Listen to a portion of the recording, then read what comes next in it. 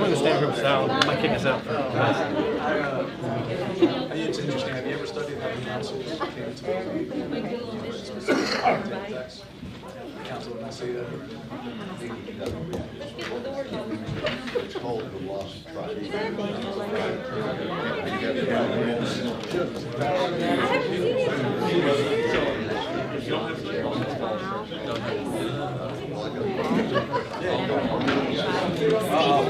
he wants us to that building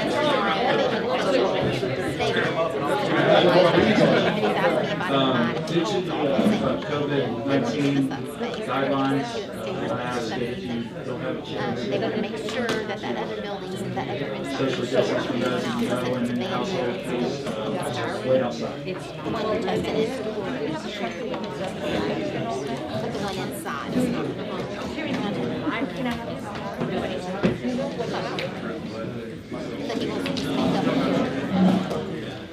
He said to socially We'll figure. distance. So I think If you're standing up, stand outside. evaluations or.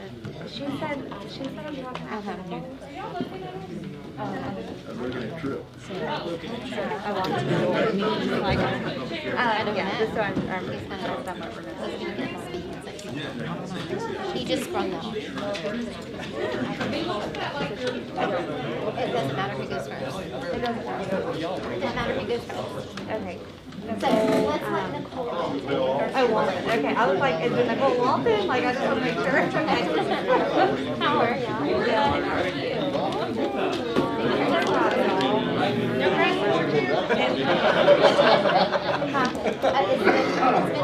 It's been worth it. Yeah, absolutely. Like, oh my gosh, you're doing amazing things. Like, I'm watching that. I'm a little jealous. That makes me feel good. I should say I feel bad. Was it awesome because I said less, or was it awesome because it just happened? All right, I'd like to call this meeting to order. Please rise for the pledge and invocation. Steve? Well, we'll just agree in prayer together. Heavenly Father, we just come before you tonight, God, in humility, knowing that the task of leadership in a city is a great responsibility. And God, so we just pray wisdom fall on the leadership in this room. God, we pray that there be a spirit of peace in this room as we navigate the complexities of an agenda that has differing views and perspectives. God, let us, as we navigate these things, come to a place of agreement that is best for the city. God, we thank you that your grace is sufficient, that you are with us, and that you are going to lead us and guide us in all truth and righteousness in this place tonight. And we thank you for it all in Jesus' name. Amen. Amen. Allegiance to the flag of the United States of America and to the republic for which it stands, one nation, under God, indivisible, with liberty and justice for all.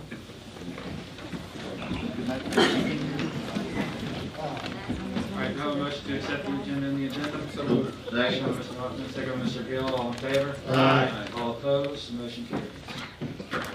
All right, we've got a couple of presentations first. So I'm going to start off with I want to recognize one of our own tonight, our Human Resources and Risk Management Director, Mindy McDowell, has got an award, and I'd like to step forward real quick, Mindy.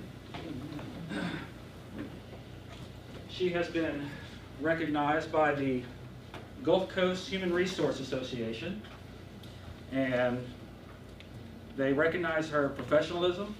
They recognize professionals in the Gulf Coast area who have made significant contributions to their organization in a human resources capacity. And whereas the City of Ocean Springs commends Mindy McDowell, City of Ocean Springs Human Resource Director, for receiving the Lifetime Achievement Award on Friday, December 4th, 2020. This prestigious title is awarded to one member each year with 20 or more years of HR-related experience and who has made extraordinary contributions to the HR profession. And whereas Mindy has worked in the human resources field for over 25 years, she is a certified senior professional in human resources, SHRM senior certified professional, and certified ADA coordinator. And whereas Mindy serves on the board of the Gulf Coast Human Resource Association and is an alumnus of Leadership Jackson County, as well as a member of Junior Auxiliary. Now therefore, I, Shay Dobson, Mayor of the City of Ocean Springs, do hereby proudly present this proclamation to Mindy McDowell, recognizing her accomplishment of the Gulf Coast Human Resource Association Lifetime Achievement Award.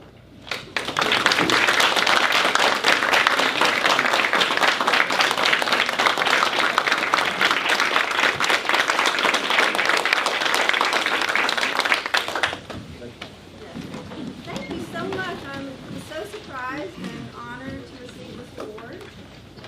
I feel very fortunate to work here for the City of Ocean Springs and live in Ocean Springs. We raise our 3 children in Ocean Springs. We work with a great staff, great elected officials, and it's an honor to serve the employees and the public of the City of Ocean Springs. Congratulations.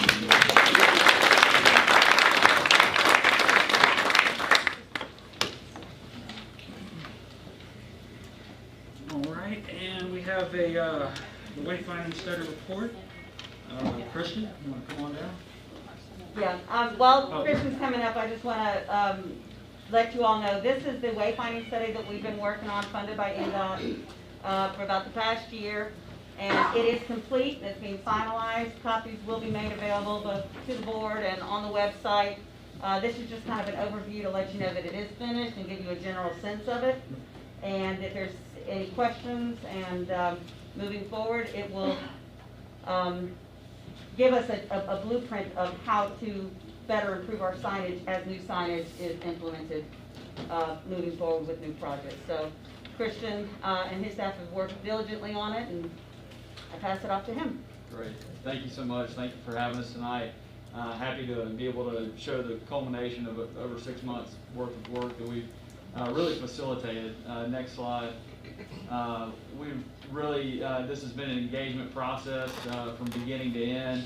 You see the names on the screen that help steer and guide this process.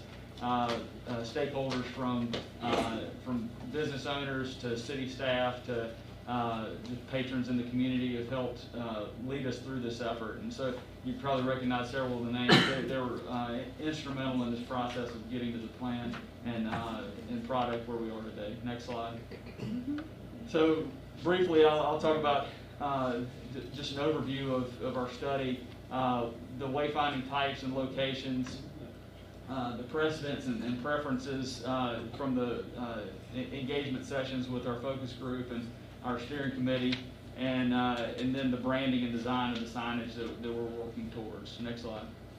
So wayfinding is basically a tool or instrument to help guide people through a space or place and enhance that experience. Next slide.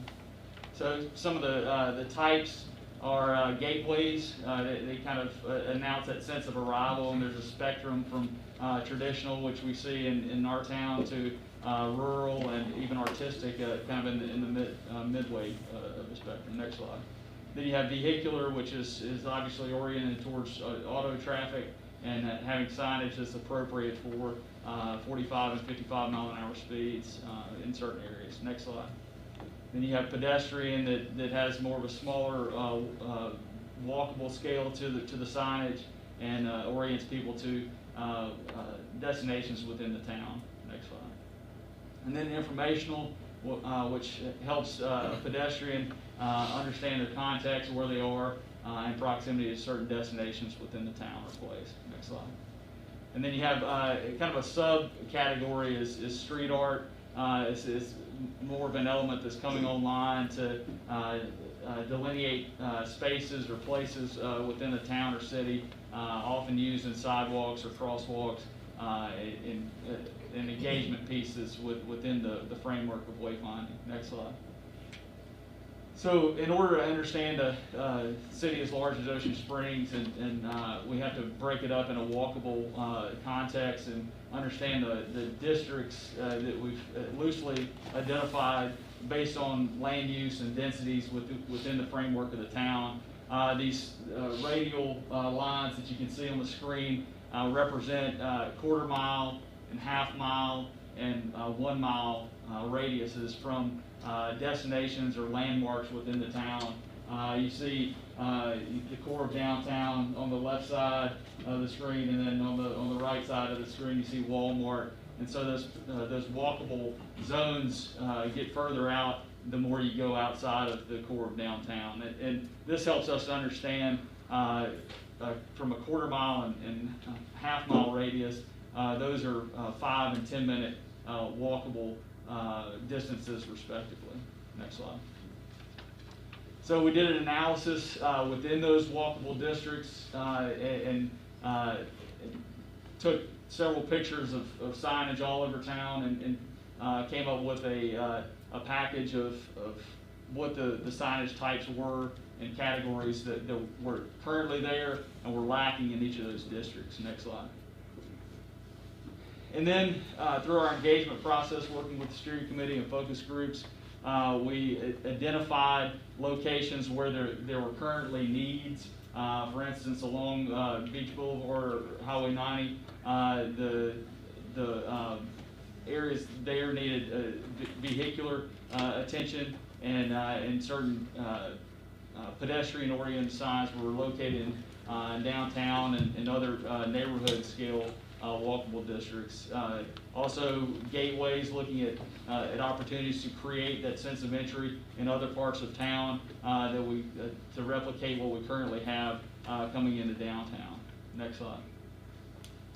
And so this is our working wayfinding plan as a result of those engagement sessions. And when you get the report, you'll be able to study that further. But it shows those different types of wayfinding that I showed earlier and incorporated into the entire city. Next slide.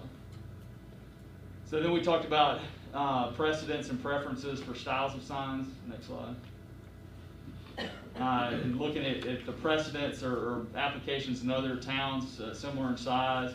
This is a regional look at Highlands, North Carolina, and how they incorporate wayfinding into their downtown fabric. Next slide.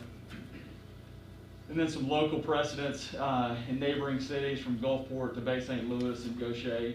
Next slide. And then through our engagement process with the steering committee and the focus group, we showed various options and talked through those options and the pros and cons of each. And the more traditional style that replicates some of what's currently existing in Ocean Springs, number one was the one that everybody seemed to gravitate towards. Next slide. Then we talked a lot about branding and design and the difference between the corporate branding of the city logo and letterhead and everything, and wanted to build off of that, but come up with something that was more specific to wayfinding, and it could be identified with that. And so these were the logos that we had, through our process, had landed on for the various applications in the wayfinding. Slightly more playful, incorporating the major components of what makes Ocean Springs special, incorporating the city of Discovery, the fleur-de-lis, and the slight wave detail in the branding on the right, and then the stamp logo, Porter Avenue, just customized to show the context of where you are in Ocean Springs. Next slide.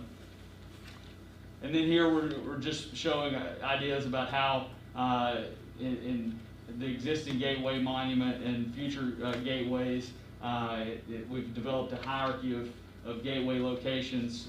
Tier 1 would be the larger gateways, and then Tier 2 and Tier 3 would be the smaller opportunities to create that sense of entry into town, and showing how that branding could be incorporated into those. Next slide. And then the smaller scale wayfinding signs, informational, kind of again building off of the existing patterns that are in town and incorporating that branding into them so that they become more identifiable. And as the parking studies are developed and further studies that Carolyn and her team are working on are developed, these signage elements could be incorporated into those implemented construction plans. Next slide.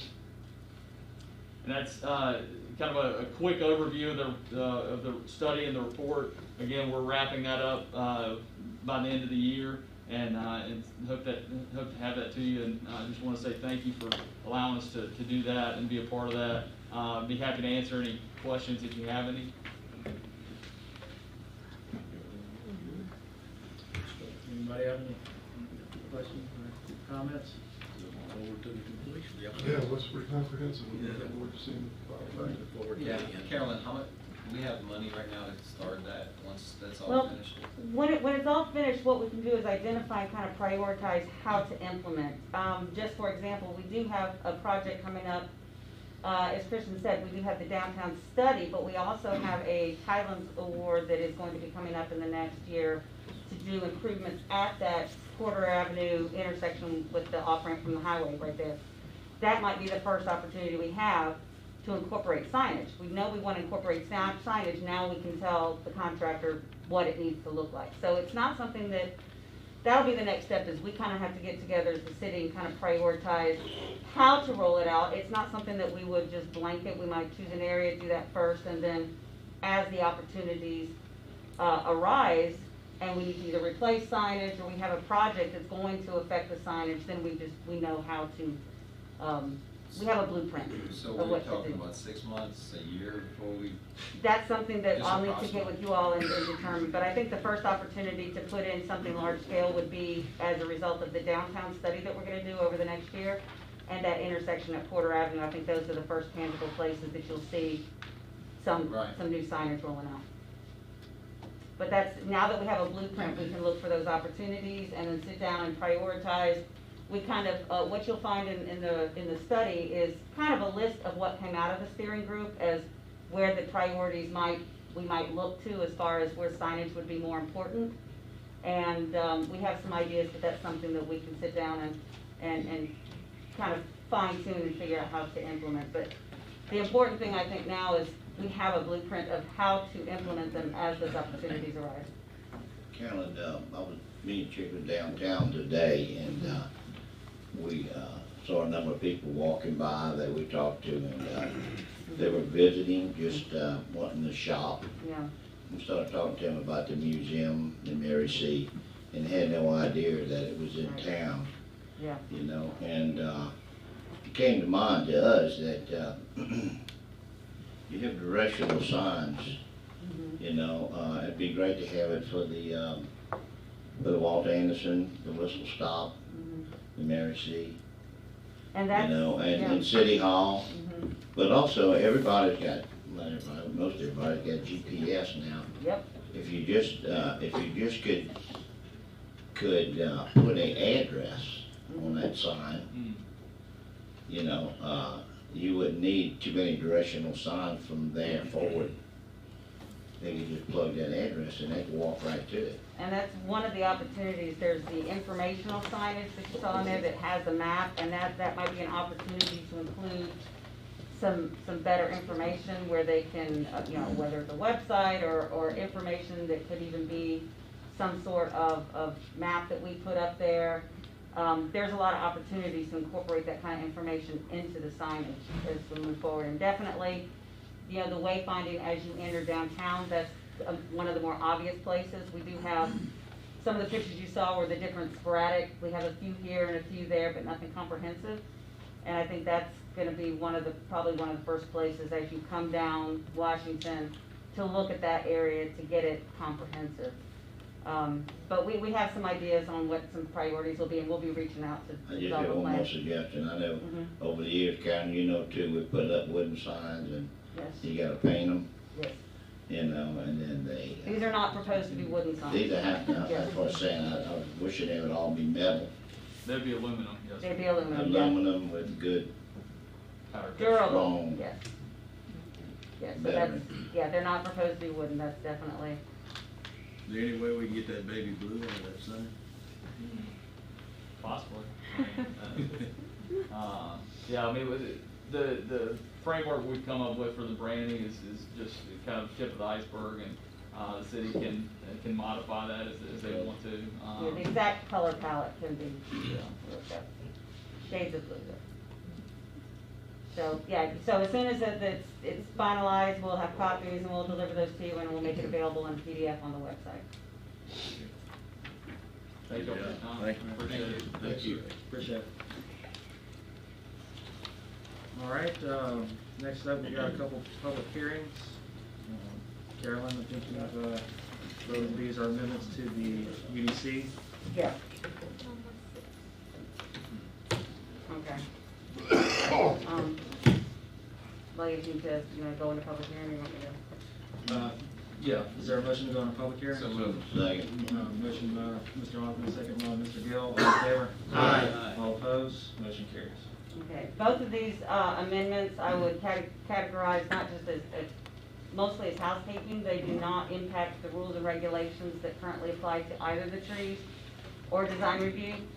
But this first one is about the tree protection ordinance, and what it does is incorporate the ability to collect an application fee. Currently, when people put in the various applications for tree removal or pruning, there is no fee. So what this is recommending is a one-time application fee for tree removals. So any permit that includes the removal of a tree would have an application fee. The recommendation for this at this time is a $25 fee. Just as an explanation, the way that the ordinance is being done is the ordinance itself does not refer to a dollar amount. It just references the adopted fee schedule so that can be changed by motion at any time without changing the ordinance. So the memo does have the dollar amount included, but the ordinance does not. So that's a point of clarification for both of these. So this was heard by the Planning Commission at their last meeting, and the recommendation was approval to add an application fee for tree removal to the adopted fee schedule at this time, and that was recommended for approval by the Planning Commission. Yeah, I think you should note it's not just a fee, it's an administration. Right, it's to cover administrative costs of going out and reviewing, so these fees are designed to cover administrative staff time. Need a motion on it. And this Well, we is, need, it's public hearing. Go ahead, I'm sorry, go ahead, Mike.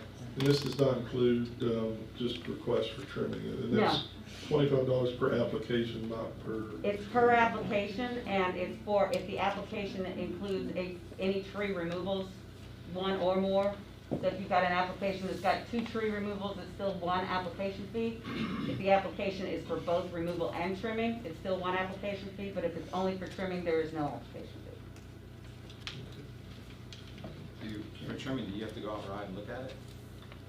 Not always. If it's just trimming small limbs, just maintenance on the tree, usually not. It's when they get to a certain size limb. And that's why the determination was no application fee if that's all that they were asking for. All right, if there's anybody who would like to speak either for or against the proposed amendment, you can come to the podium now. Yeah, I'd like to make a motion, come out of public hearing. Second. Motion come out of public hearing by Mr. Gill, second by Mr. Cox, all in favor? Aye. All opposed, motion carries. I also make a motion to approve 4A, the amendment to the UDC. All right, motion by Mr. Gill. Second. Second by Mr. Hoffman. We need a roll call. So, Mr. Gill? Aye. Aye. Aye. Aye. Aye. Aye. All right, motion carries. Thank you. And I believe, Nicole, this is 30 days so it's effective? Or is it effective? Unanimous. It's unanimous. So it's effective. So it's effective immediately, okay. All right, do I have a motion to go into public hearing for item B? So moved. Motion by Mr. Hoffman, second by Mr. Gill, all in favor? Aye. All opposed, motion carries.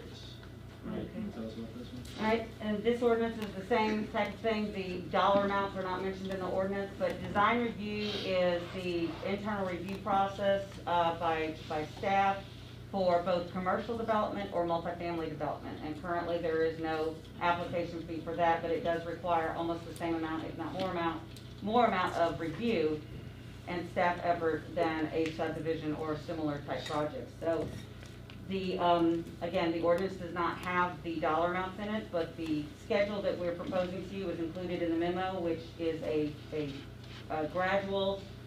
graduated fee schedule based on both the size and type. So there's either commercial or multifamily. And for commercial, if anything, the division is square footage of 10,000 feet, so it's $250 for over 10,000 square feet and $100 for under. Same thing for multifamily developments where you're looking at either over or under 100 dwelling units for the same split between $250 and $100. So again, this is just for the application fee to cover administrative staff time, similar to other sized projects. All right. Is there anybody who would like to speak either for or against the proposed amendment? Now, I'd make a motion to my public hearing. All right, motion Mr. Gill. Second. Second by Mr. Bellman, all in favor? Aye. All opposed, motion carries. All right, is there a motion to approve item B? So moved. Motion by Mr. Gill. Second. Second by Mr. Hoffman. Want to do a roll call? Mr. Gill? Aye. Aye. Aye. Aye. Aye. Aye. All right, motion passes.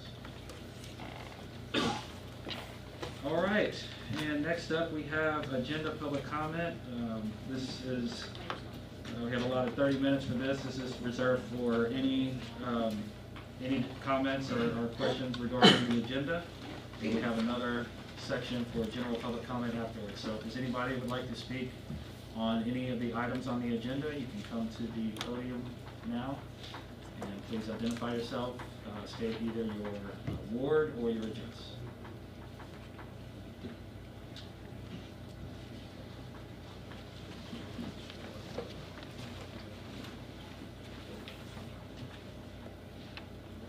Hi, my name is Nicole Walton. This is my husband, Harry. I first want to say thank you for the opportunity to present this evening. I'm speaking on behalf of Lighthouse Academy for Dyslexia from a parent and resident perspective. My husband and I are both physicians here. He's emergency medicine, I'm a rheumatologist. I grew up here in Ocean Springs, started at Pecan Park, graduated in class of '99, moved out of state for my higher education, later deciding to come back after I completed all my training in 2013. I've been so blessed to move home, raise my family here. We have 2 girls, 7 and 10 years old, as well as to give back to the community since we've been back. Having a child with dyslexia is challenging in many ways, but this school has made it a blessing for not only our little girl, but really our entire family. What they do and how they do it is absolutely amazing. We've witnessed exponential growth in our daughter in just 1 semester. My ask tonight is for continued support of these women, their vision and their determination to bring this much needed service to our community. Having this school in Ocean Springs makes us a leader, not only on the Gulf Coast, but in the entire state. It's drawing students from all over the state, which helps us as a community to grow and to flourish.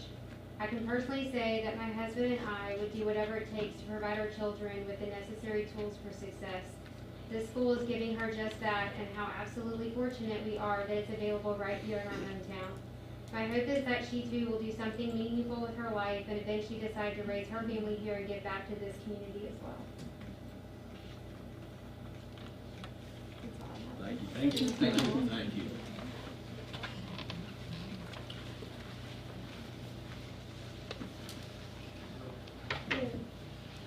I'm Stephanie Anderson. I'm also here in support of the Lighthouse Academy.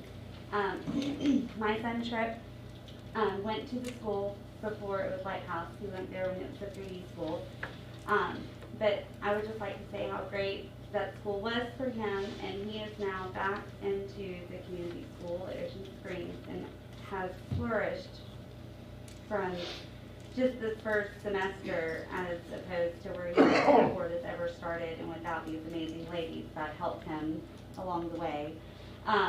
He has used the tools that he has learned from the school to help other kids in need in his school, and it just, you know, warms my heart to know that he learned all that and everything from the school, and so we're here to support them and help along the way as much as we can. So just know that it is doing great things for our community, and we would love to keep it here because it was a blessing for our family to be here in our little town, and he is going back to our school district, flourishing and doing amazing things and helping other kids that don't even know that this school exists and need help.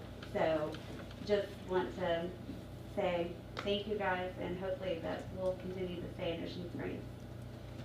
Thank you. All right, any other Any other public comments regarding the agenda? All right, we will move to old business, which is discuss additional donation of rent and utilities for Lighthouse Academy for Dyslexia's spring 2021 semester pursuant to lease section 3.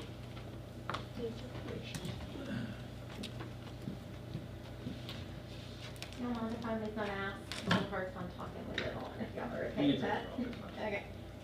And last February, we received our 501c3 status as a nonprofit. We currently have 33 students enrolled in grades 1 through 6. Over 150 people have explored our Apply Now option on our website. With available space, Lighthouse Academy could easily double its numbers in Ocean Springs next year. We have 11 as of today, students already pre-registered for classes next year, and we have no spaces at the moment. The 2021-22 school year, it looks like, will also operate at maximum capacity. We screened 55 students this summer for free, and we tested 35 students via Kelly Roundtree, and approximately 30 students are in the pipeline for continuing testing. Our marketing outreach, just to kind of give you an idea of what the school's doing, it took the 3D school 10 years to reach 3,200 follows on their Facebook. In 5 months, Lighthouse Academy has reached 3,118 members and followers. We have requests for 71 screeners.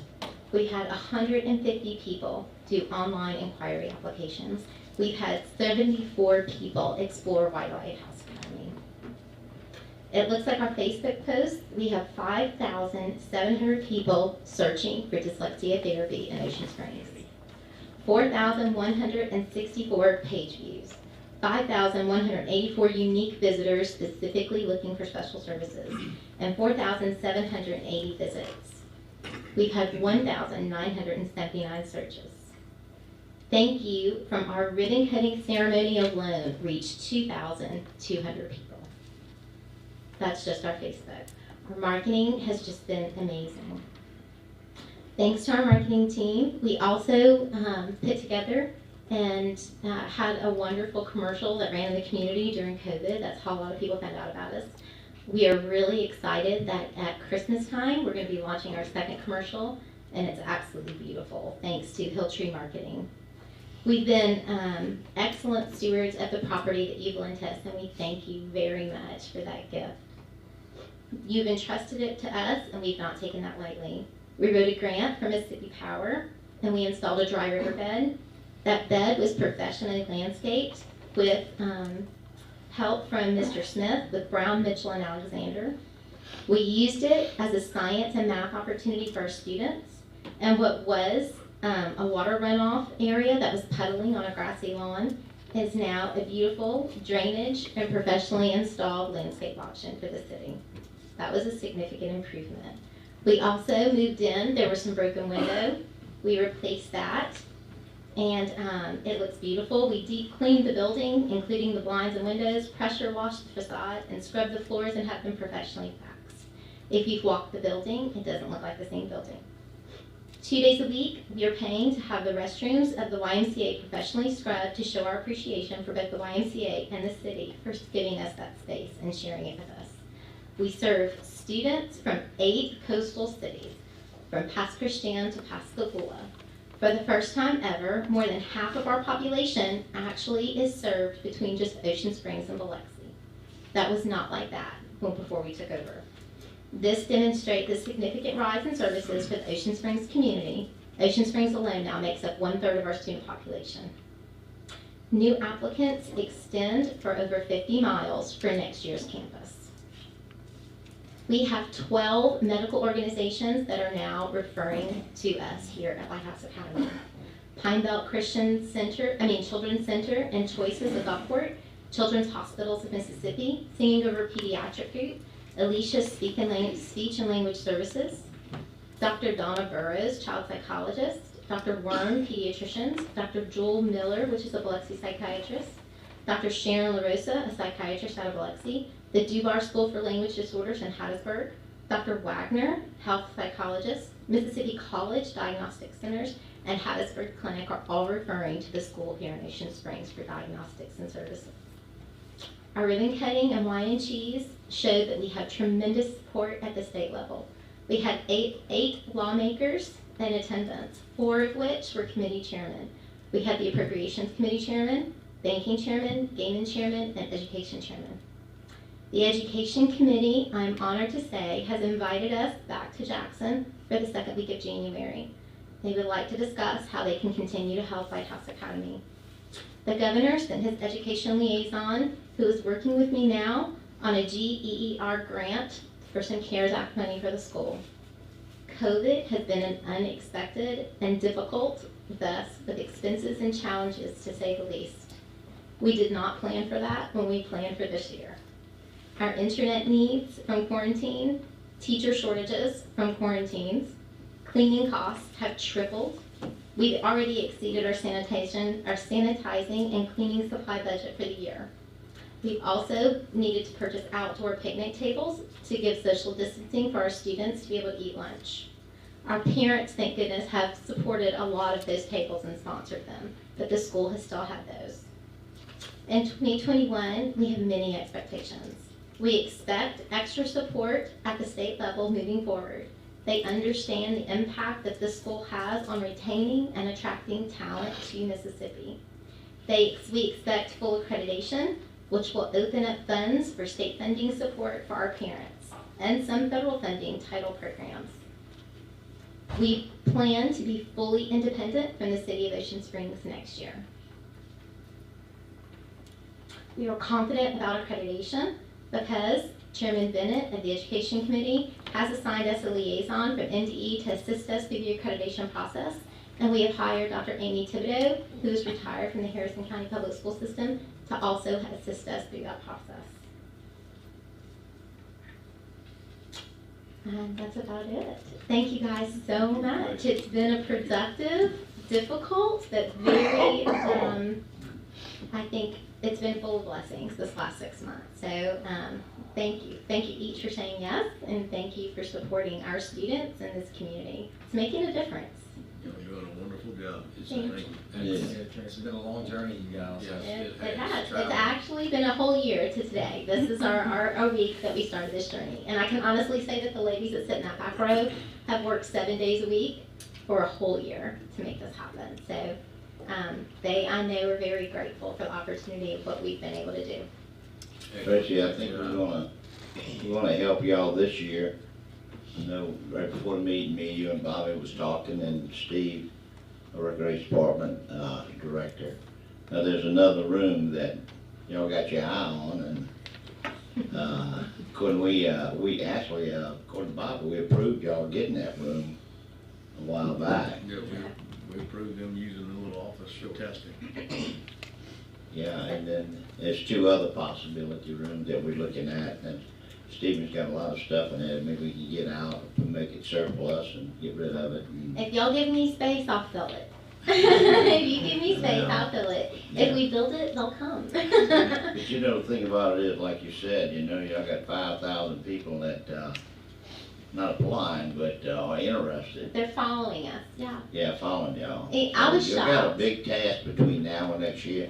I think we can get you through this year, but next year, I think you're gonna be overwhelmed. Well, you know you are, so I don't know what your plans That's are. how we live. We just live, well, we're good with that. We just come Listen, I to just want to let you know that, you know, talking to this board, we support y'all 100%. Yeah, I feel that. And anything we can do next year to help y'all out, y'all just need to let us know what y'all need, and then if we can get it, we're gonna try our best. Thank you so much. We wanna keep y'all in Ocean Springs. Thank you so much. I appreciate that. Stephen, you were gonna go visit with them tomorrow, weren't you? Yes, we spoke right before the meeting. We're just gonna walk through and see. We've got some play type stuff in upstairs. I want to talk to them about, see how we can work around it. And but yeah, it was just easy for us to meet. I was gonna come up with a plan and then email y'all back this week, just to kind of keep y'all up to date of our meeting tomorrow. Thank you. All right. Go Any ahead. questions? No questions. One thing you said, Mr. Gill, Tracy, You know, I hate being put in this position. It is fine. I love what y'all do. You've got a great school, great program, and you know once again, you know, we've had long discussions. You and I have had some long discussions, and I support what y'all do, but you know, there again, we've got citizens who already pay their school taxes. I think this is something that, since you've got the ear of the education chairman at the state level, they need to address this at the state level. You know, we're asking citizens of Ocean Springs who already pay their school taxes to supplement another school. And two-thirds, I think you said 2/3 of our students aren't even from Ocean Springs. You said 1/3 are from Ocean Springs, the rest are spread along the coast. And that's, I know I sound like Scrooge at Christmas, but that's where I have an issue with this. Is to me, it almost amounts to a double taxation. So and I know it's not big amounts, but you know, all of this stuff adds up over time for our citizens.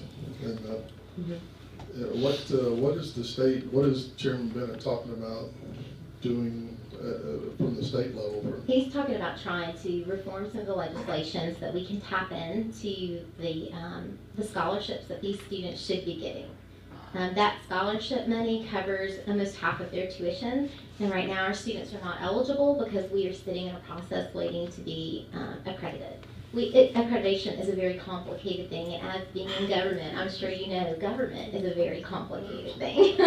It's full of red tape, it's full of processes, it is full of loopholes, and loopholes that he wasn't aware of. So he's going to try and close some of these loopholes so these families can get the same amount of money that any other family would get in another part of the state going to a special purpose school like ours.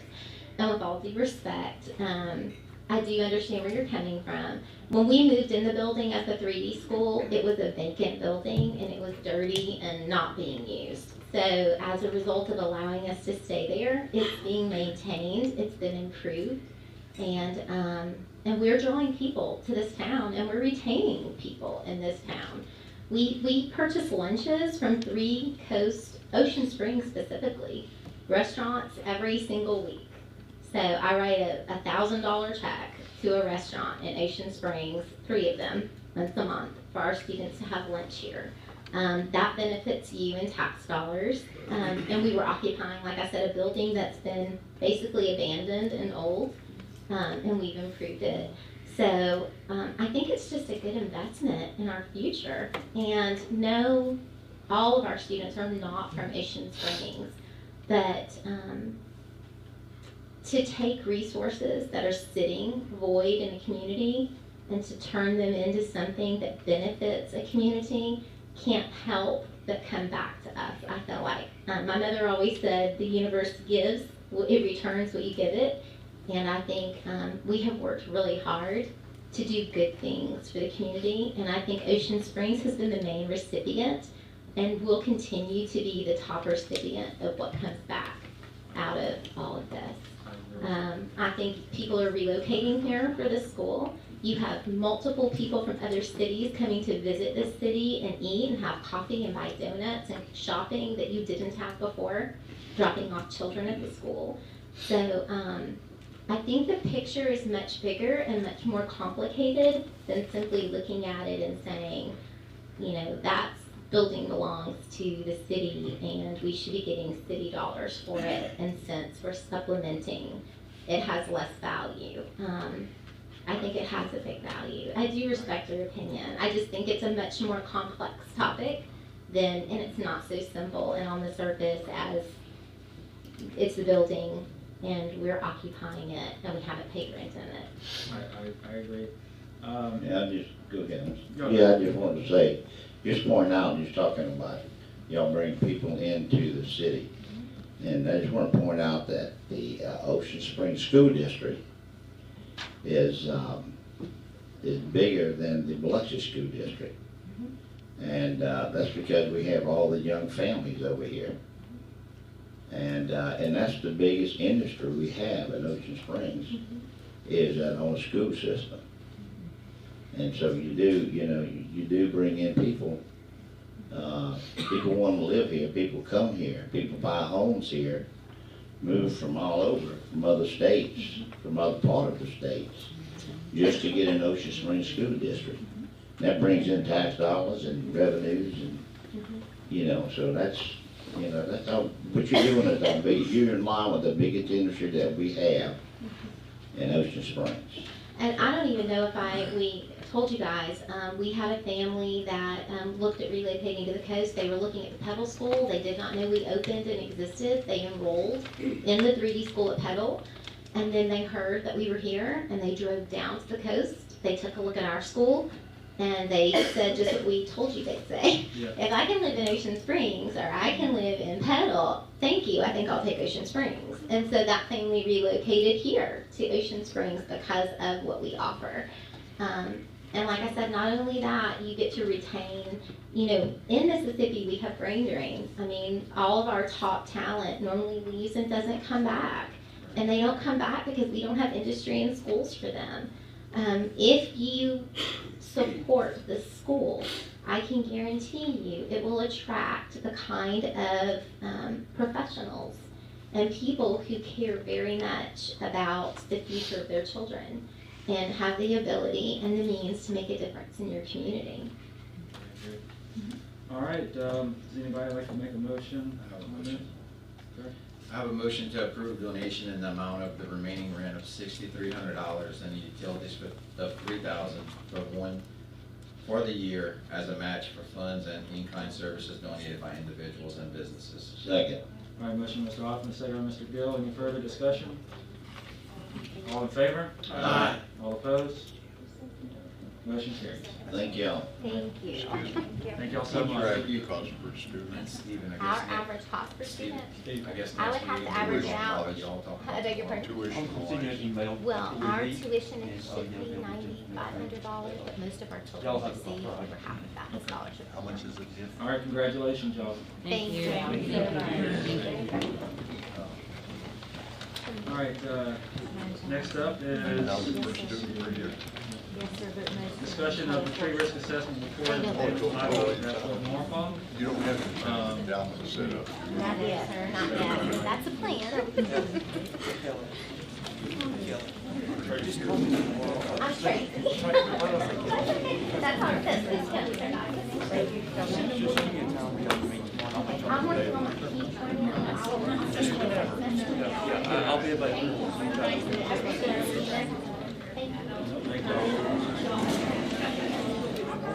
You have a card. Yes, sir, I do.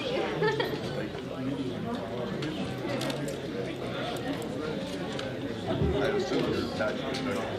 Yes, sir, you are fine. We like. And who are you? All right. Oh, I'm just retired. All right, so, An old dummy down here, actually. next on the agenda is discussion of the tree risk assessment report of James Levick at Fort Norfolk. I know we discussed this last week. We had an arborist recommend that say that it is a risk, that it is damage, that it is a threat to life and property. I know Daryl tried to get some other opinions. Hey, Chick, close that door.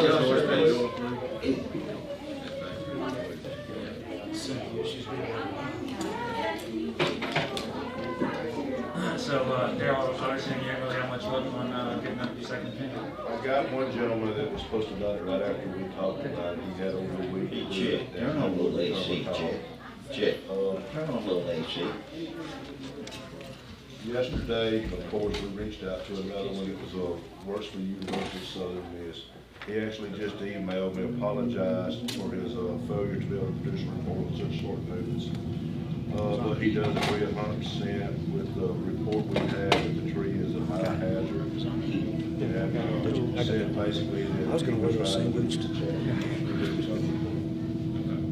just had so much going on, he was unable to do it. But he said it is the highest risk. Well, I think, like I stated 2 weeks ago, none of the city here are in disagreement with the report.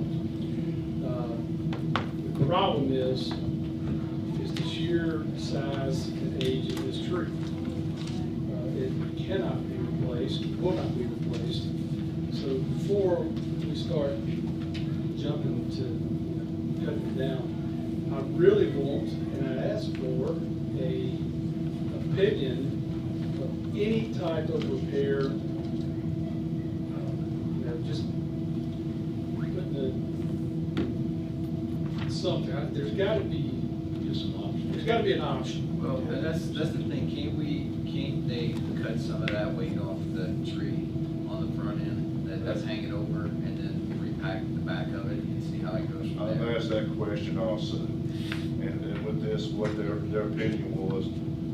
Well, the first one told me the root system's damaged. He said it's not a matter if the tree is gonna fall, it's just when it's gonna fall. That was what he was saying. I asked the same thing. And of course, these people are not gonna take that liability. And he point blank told me that. He wouldn't accept the I agree, liability. He but wouldn't you know- accept it. I get that. But you know how many trees were in Biloxi that said that weren't gonna survive, that they carved on, that lived? You know, I mean, Well, like I said, going and personally walking the tree, spending about 45 minutes just scratching my head. Yes, the root system was cut. When, I don't know, but it was cut to put a sidewalk in there years ago. And that seemed to be the major issue of what caused the tree to lean. And, you know, in my brain, you know, I'm thinking of ideas, and probably none will work, but my idea was to stabilize the tree somehow with a cable, protect it, saturate the ground, and try to pull it back into place. Will it work? Probably not. But I want an opinion, an option, or something from somebody that says, no, you just can't do that. I think there's gotta be a way. You know, I think what we're all looking for is the one question: what can we do to save that tree? And that's what I'd like to ask these arborists. I'd like to understand that their liabilities and their input, but I'd like to have that question from this new arborist: what can we do to save that tree? Well, like I say, the first one, he was the report man. He wouldn't accept the responsibility. He said it was. And we're not asking for responsibility, we're just asking for opinion, not even opinion. Have they seen a tree damaged like this be saved? And how did they do it?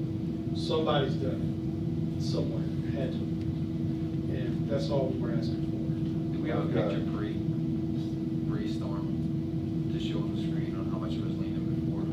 We found one on Google, but I can pull it up real quick if you want. That was the only one that I had. Just on like straight view? No, there was actually just like a snapshot in Google, kind of the same. It's I'm like not the trying front to of the discount the page. fact that it's been over some degree, but it's always lean. Well, sure, it's leaning that way, but it's 100% leaning forward. Is there a way to brace underneath of it? That's what I'm Build a asking. platform That's what I'm under it, so asking. it Is there could, some if way it did to- start to fall, it'd have something to hook up to, so it didn't fall? My problem is, I've actually contacted 4 arborists. I've only got 2 to even accept doing anything. The rest of them didn't want anything, they wouldn't return my calls after they found what I'm doing. I mean, that's where I'm at. in front of Loveless, we got a problem with a tree that we moved the bench from, that we've never done nothing with that tree, and that tree is still there. I mean, Yeah, we've got trees at Ocean Springs, and I can't name a one, but I guarantee you drive in town, and there are trees leaning like these trees that have been there forever, be there forever. Well, I'll tell you, I went out this morning together and looked at it. Now, that's what I was trying to come up with, the idea that we could try to save it. This tree, it looks very bad. I mean, it's rotted in the middle of the tree. But I would like to put forth the best effort. But my first take was definitely got to move the sidewalk, I would think. That's got to go. Playground, you don't want a playground under it while you're trying to save this tree. You'd have to move the playground. You have to move the whole park. There's charity events, there's children's birthday parties, and we got a tree that professionals have told us that it could possibly fall. I agree with you. I agree with you. We gotta save it. We gotta move the Listen, playground. I agree with you, man. Let me tell you what, here's my opinion about that tree. You know, we've been on the board for a long time. We've cut down trees, you know, a lot of them. And we've saved a lot of them. But you know as well as I do, I don't know about some of y'all, but most of y'all boat to Horn Island and you boat back in the evening. Sometimes when you're boating back in the evening, you get into a squall, it just comes up with a heavy wind. And sometimes you don't know whether you're gonna make it back or not. And that's any time in July and August, and that's not reported on the news. You know, of a storm coming, you're just on your own when you're out there. The same thing is that same storm comes ashore. And when you got kids out there playing underneath that oak tree and you got a wind, like you did when you go back from Long Island, that is the worst situation, the worst scenario you can have. You know, in a tree, and listen, I understand y'all. I understand the public out there crying about cutting another tree. But I'm telling you what, it's a big responsibility to save that tree and to leave it there. I know I have a grandkid that loves to go down there, and I would not let her go down there if that tree's still there. You know, and so y'all do what you want to do. But I understand where you guys come from. You're struggling with it, I understand. You're trying to please your constituents, and I understand that. And I understand y'all all love trees, I know that, you know. But I'll tell you what, y'all do what you want to do. When it comes down to it, y'all want to stretch this out, look for options and all of that. But when it comes down to it, I'll make the motion to take it down. Yeah, I agree, you know, I mean, contrary to some opinion, you know, myself and this board does not go out looking for trees to cut down. And we have professionals telling us that this is a tree that's danger to life. Again, this is a popular park next to the beach where charity events, where children play, children's birthday parties, even if the park wasn't there, there's people that play on the beach and could walk up into that area. And I'm fine, hey, I'm a gambler, let's throw a Hail Mary and see what we can do to save it. I mean, I'm all for that. And I'm not saying to make a motion tonight, I wouldn't want to make a motion to cut it down tonight, not even. We have it barricaded. Stephen and Alan, it is barricaded to where nobody can get in, so that's good. We can buy ourselves some time and we'll look for other opinions and possibilities that we can throw a Hail Mary and save it. But I will not apologize for prioritizing the safety of children over the tree. And that's just the bottom line. And from a liability perspective, you are putting yourself at risk. I mean, you're on notice of a huge problem, and I get the concerns on both sides as well, but again, you've been put on notice that this is a threat to life, so I would take that into consideration as well. And that is regardless of any restoration efforts. Right. No matter what we do, we're still on notice. Well, the thing about it, you think you got people complaining now, let one kid get hurt down there because of that tree, and they'll be filling the place up, you know. But one of the things the mayor mentioned too is that it's soft land there. It's 30 feet from a marsh. Marsh has been there forever. That's soggy land. If you walk down there after rain, you're gonna sit down around that tree. It's soggy. It's just soft. You know, that's why that tree came up. I mean, if that tree was somewhere else, you know, where it wasn't close to a marsh stand, I don't think it tipped over. I got 2 huge oaks in my yard, and they never moved. You know, and I'm on the water, you know, so the land's just soft. I think eventually, that thing's just gonna come down by itself, probably. If you get like these 2-month rains we get, or 6-week rains we get, every other day it rains. So, I don't know. Y'all do what you wanna do, but at the end result, I know not. So basically what we're gonna do is keep it fenced off for a short while and hear some options and hear some opinions. I don't think we need to leave it there for long, because if that's the case, we need to come up with something and act on it. You get something you want to say? Yeah, real quick. Having been on the tree committee, I understand where everybody comes from, I think. There's no way to mitigate that tree. I mean, I don't care how many plans and how many cinder blocks and how many ropes and how many cables. The thing is about half shot. Now, if you recall 209 Front Beach, the protracted mess that was, does anybody recall that one? Yeah, I think so. So you guys wanna get into that thing again about a tree that's leaning 45 degrees? And really is just, I mean, it's your prerogative. That thing's a hazard. I looked at it today and walked it.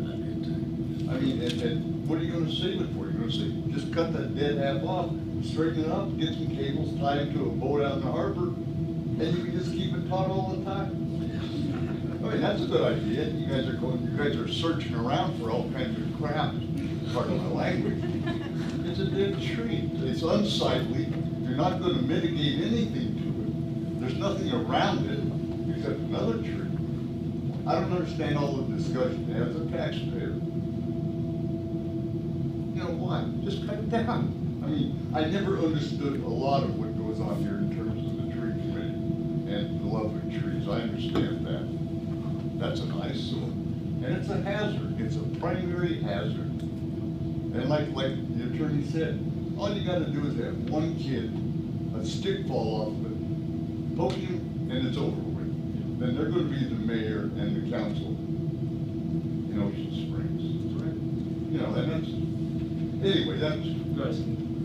So I'm not a tree professional at the dock here. No, I'm not believing. But everybody loves a redemption story, and so you'd love to save the tree. But if it comes down to where you can't save the tree, I don't have a ton of interest in the tree, although it's beautiful and I love oaks. But in order to redeem it, at least for the optics for the public, I think if you could find some artisans to take hold of that wood and repurpose it, create some rough-hewn benches, tables, an arbor, and stuff like that, I think it gets you some traction. Yeah, the thing about it, you can get Lloyd Jefferson to come down there and make a pelican or something like that. We can get some good art on it.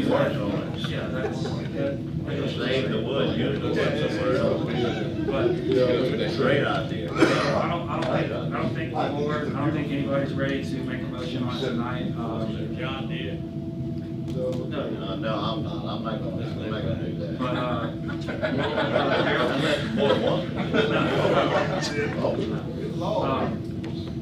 Daryl, just keep seeing what we can do, see if we can get somebody else to give us a miracle. That's what we're looking for. And hopefully a Christmas miracle will happen. And we could do something with it, save it. But we'll revisit it at the next meeting. Who's the other arborists you spoke to? It's Oren Eckerson from USM. With David? I called one guy from Mississippi State. He's retired, didn't want to fool with it. Wish he was in Starkville, so we made it anyway. Check with Vehicular and see if he's up. You still in Pasco? It just is what it is. All right, next is adopt resolution accepting chair donation from Northwood Church. We talked about this last meeting. Stephen and I went out and met with Stephen from Northwood the other day, tried to look for a location to actually store the chairs. We are buzzing out the seams at the Civic Center. There's not really too much area to keep both sets of chairs. We either called, talked to Chief McCoy, Chief Dunstan about extra space at their facilities, possibly get a trailer or something to go back and forth for events and stuff. But they're in the same boat, no room, busting at the seams. So Stephen and I did talk about the possibility of that whole area, that whole complex is growing. I know we want to do more stuff out there, so we could possibly look at building a little storage unit, or not necessarily storage unit, or some kind of storage building or something. That may be possible if we want to discuss that. Definitely the chairs that Northwood is wanting to use are really nice, and obviously they don't make as much noise, in a quiet setting like church or anything, so it does go really good with the church and other events that would be proper for. The current chairs we have in there are good for other, let's just say, stuff like Mardi Gras balls and stuff where people aren't necessarily being as careful and might spill some wine on it and such. So I think there's both sets, but where to put them, I'm not sure. So. Well, Mayor, wasn't there too, correct me if I'm wrong, Stephen, but didn't Gwen and them say that the white chairs fit underneath the tables? Yes, ma'am. And so you're gonna have to have the white chairs for when you have events where you have the tables. So you can't get them too far out of there because they're gonna be so heavy to carry around. Because I think the chairs that the church wants to use is just set up for people to sit and watch. It's not, those aren't gonna fit up underneath all those big tables and stuff the way they should, length up, height-wise. We'll just open it up for discussion. What's everybody think? I think you're right. Build a building right next to it, somewhere behind it, and just make it so you can roll them in and roll them out. Yeah, there is a location right outside the Civic Center. I mean, see what we're looking at. I told him just to hold off on getting any quotes or looking at any possibilities until we talk tonight and see if that's something we want to explore. Yeah, let me just throw this out there, Mayor, that I know that the community center, every time we have a function at the community center, you got them little bitty white chairs, very uncomfortable. So that we, I don't know if we have any left over from them donating in the black chairs that's been there forever. If we have anything left over, it'd be sure it'd be nice to exchange them out with the community center chairs. Yeah, we were trying to figure out, John, if we could figure out a way, because they, you know, to put them up at the community center, they carry them up the stairs, to the sides and back, but maybe underneath the stage, maybe there's a way to, you know, because they're so heavy. Well, I know we got the police station right there. I mean, No, I mean at the community center. That's You're what I'm right. talking about. Yeah, you're correct. We need I was those talking chairs about the over there. community So, center. right. How much? Yeah, when you talk about storing, what I'm saying is you can store them at the police station. How much taller is your chair?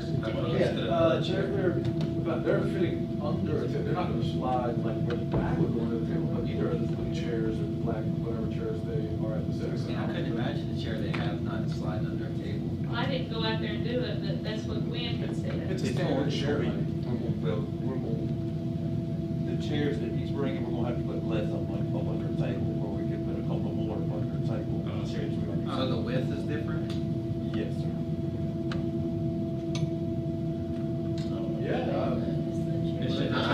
The one they had over there was wider. The chairs over there. Yeah, it should be over there. Well, yeah. Yes.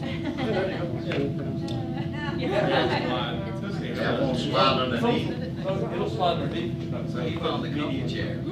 Yeah. He's talking about the width of it. And that's the thing I'm looking at there. I think having both sets both serve purposes depending on the event. So I mean, I see the value of having both sets. It's just, I don't know how to. I think you're right. Is that material or is that leather? Is that material? It's your hand fabric. Yeah, so that was one of the. Well, tell you what, fabric, that would get dirty fast. About the other chairs.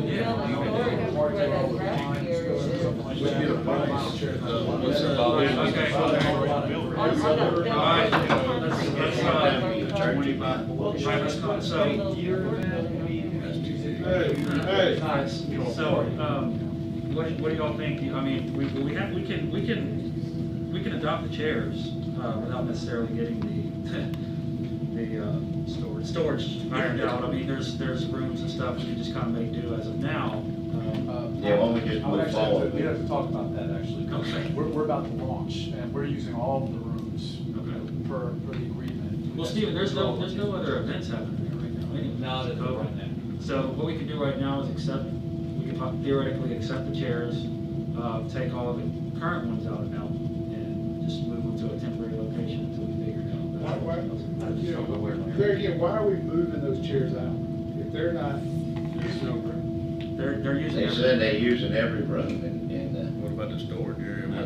but I don't understand why we're getting rid of the chairs. Why are we moving the chairs out? Because you're not, these chairs aren't gonna fit in that storage space. Why can't they stay in the space and these chairs, the new chairs, stay out? For now. Is that possible to basically just leave it set up? Yeah, so I didn't give that into consideration. I guess the reason that would be difficult would only be for events that you guys may have apart from our services, but I mean, to me, that's Well, less of an issue. we can figure that out when the time comes. Now, I will say this, when it comes down to the chair storage situation that you have right now, there's still a need to consolidate that anyway. So one of the other benefits to this particular chair is its stackability versus these other chairs that can only be aligned, consecutively in a rack. So you get no vertical storage on yours. So what you have right now is you have a lot of chairs in conspicuous areas actually in some of the rooms that we're trying to use. And so that's another. So you're adding a lot. We'll have 500 of these that can stack, but now you also have no place to put those other chairs. And these chairs would have actually gained you storage if you were to move those other chairs out. So that was part of the conversation. You would, in the chair storage area, you would almost probably gain twice the amount of additional storage space. You're telling me all these new chairs you have will fit in the existing storage area? Not on top of the existing chairs. No, let's say that they were gone. Yes, sir. They stack. You can stack these almost 10 tall. 10's a little on the edge. We usually stack a 9 tall. We stack a 9 tall consistently. What about one of the rooms? Can you store them in one of the rooms? Use all the They rooms. want to use all the rooms? Yes, sir. We can adopt it and find the location for chairs temporarily. Bottom line is those metal chairs aren't going No, we're not getting rid of them. Yeah. We're gonna keep No, those are good chairs that have been around a long time. No, they're good chair.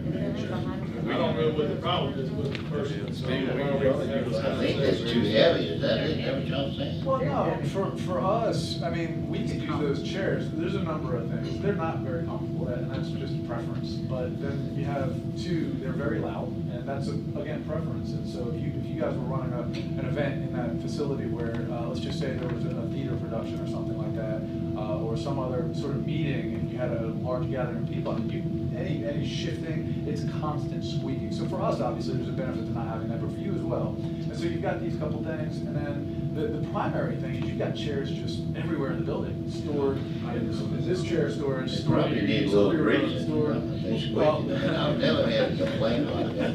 Yeah, It's because the music's too loud. One other, you guys have a coat check in the front of that building. I get it's a coat check or some sort of concession stand area there. So if you were to run like an event in that building, right now that's currently got tool boxes in there. Well, that's because in your actual utility room, which is behind stage, backstage, you've got chairs just piled in there. And so again, getting a chair that consolidates its footprint allows you to actually open up a couple other things as well for the use of the building. So it's not like earth-shattering, world-changing stuff, but it's a nice chair. We've got them, and we're going to do something with them. And so we wanted to start here. And so I think that's the biggest thing. So if we can, if the board wants to go ahead and accept these chairs. I have a quick question. How many chairs is it? 500. Okay, so that, in the resolution, it has 600, so if y'all do accept it, you need to make that correction on the record. For the short term, do we just set the chairs off to the side? Because somebody's gonna have to come in there and clean, of course. Having chairs all the way out, that's gonna cause them a lot more time. And I know I'm called them.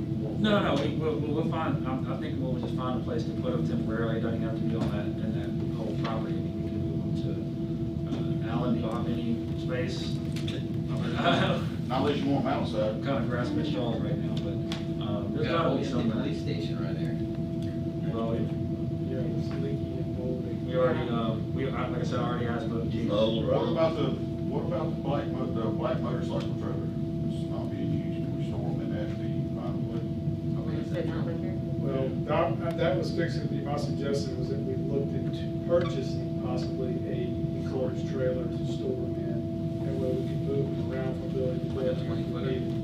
It would take a 20-footer. It would take more than a 20-footer. You take it heat and air, so it wouldn't mold. Already got one? I've got a 20-footer right now that I'm using for our church, our portable system, and those chairs will spill out of a 20-footer. Go what? Will spill out of a 20-footer. 2 men. Get the bulk of them in there, put the rest somewhere in the building. Why don't you look at buying a storage building, putting it right behind the civic center on that concrete slab? That's what we're talking about. Essentially, but why not get an enclosed trailer where we can move them around as well for events? We can get a good many in my trailer. So We're not going What to size use is it till the yours? next event, it's probably set about 22, that's a big trailer. So let's do this. Let's go ahead and accept them, accept the chairs tonight, and we'll all put our heads together and see what we can figure out for a temporary, at least a temporary location, and then how to handle it moving forward. Does that sound good? Yeah. All right, Is there a motion to accept item C? I make a motion that we accept the 500 chairs from Northwood Church.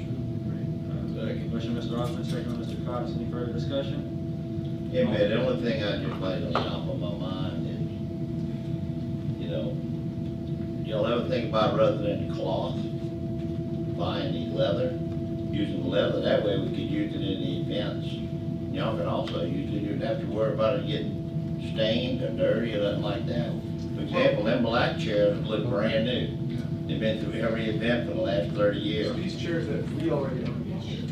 Oh, you already own them? I thought you were buying. Oh, okay. My motion is to accept the donation of the 500 chairs from Northwood Church. Congratulations. Motion, Mr. Osmond, second, Mr. Cox. All right, any last minute discussion? All in favor? Aye. All opposed? Motion carries. All right, and now to, same location, discuss Northwood Church request to install candy bars on side doors at the Civic Center at the church's expense. Steve, you want to tell us about this? Should I be saying it? Oh, you can stand right there. I don't know. Actually, yes, I'm sorry. Okay, I'll stay. Our city, that would definitely help our city clerk when it comes to recording the meeting. Is a mask required here? You're not. Okay, great.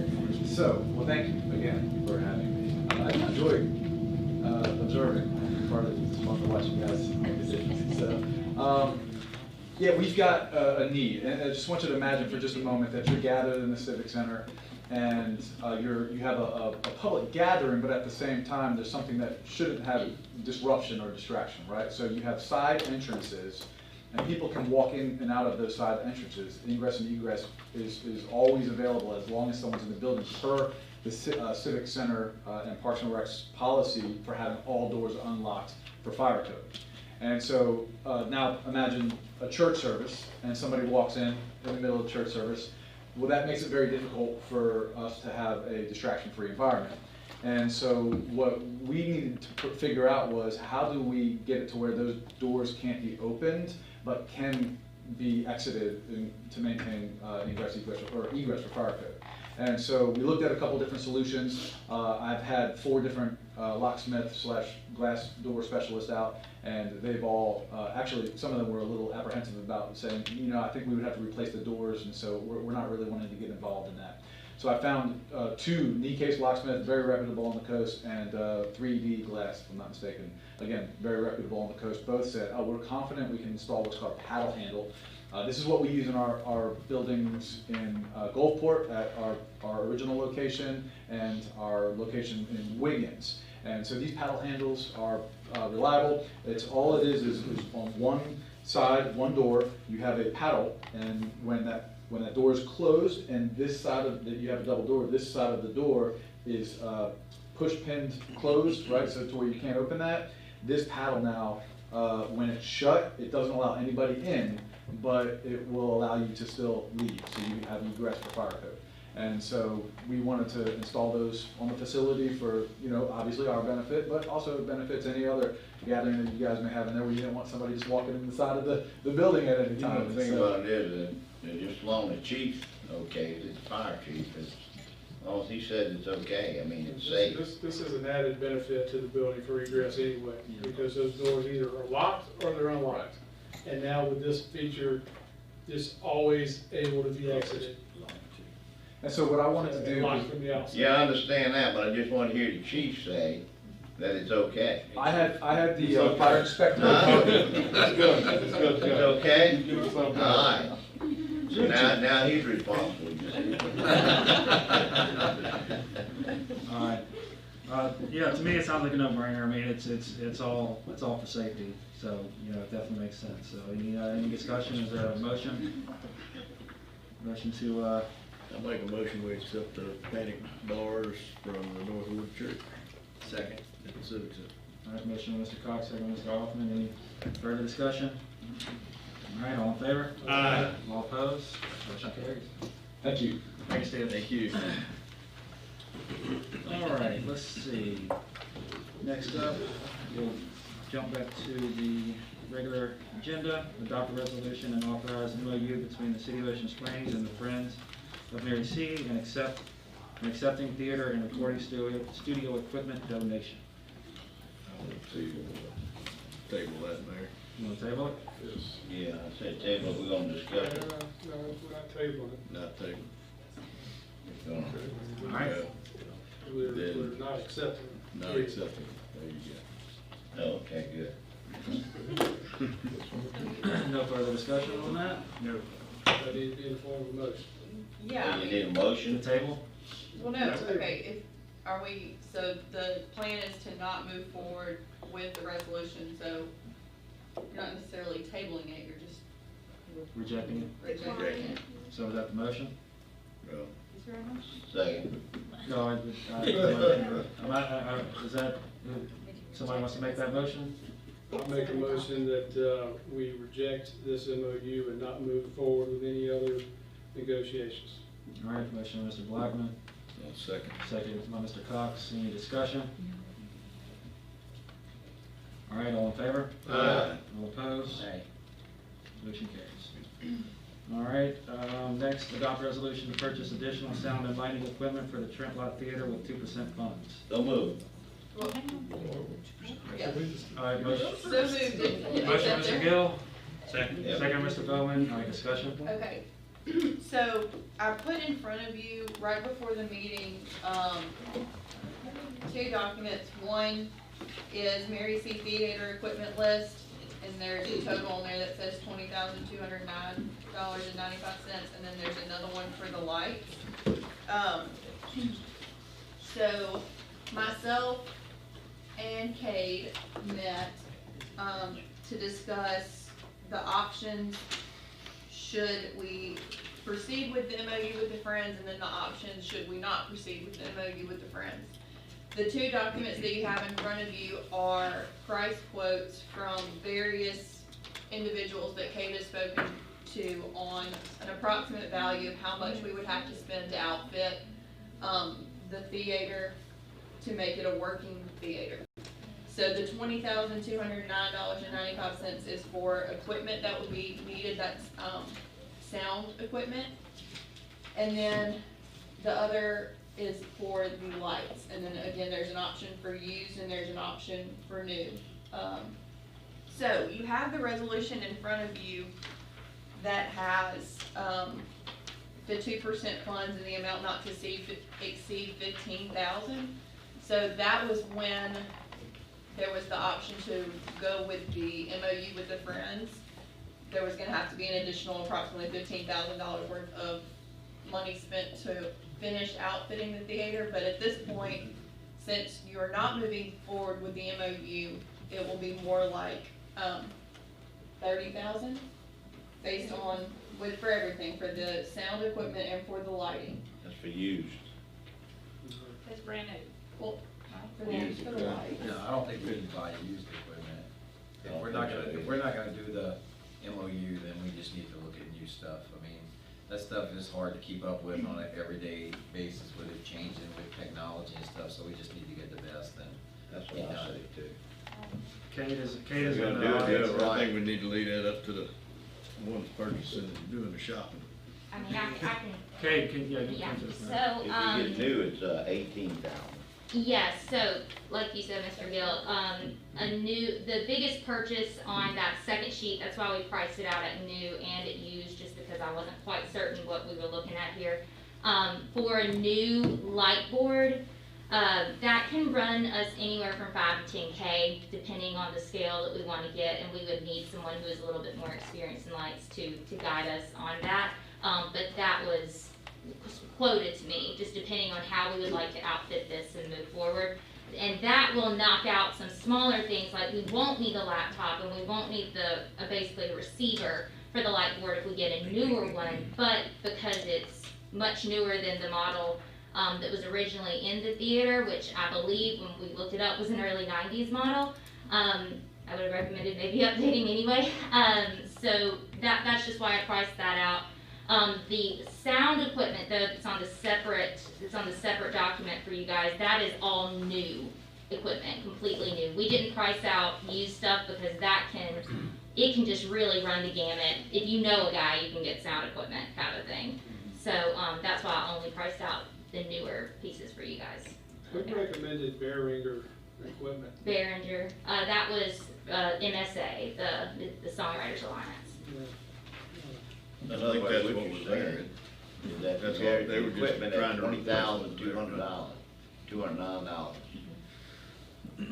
Is that, and that's needed, that's what you need. That is recommended from the theater management group that we're hoping to work with to outfit the full theater, yes, sir. And then on the other sheet, the new lights would be $18,056. If we go with all new, it could come in at 14 depending on what light board we select. And they can run into some good deals, I mean.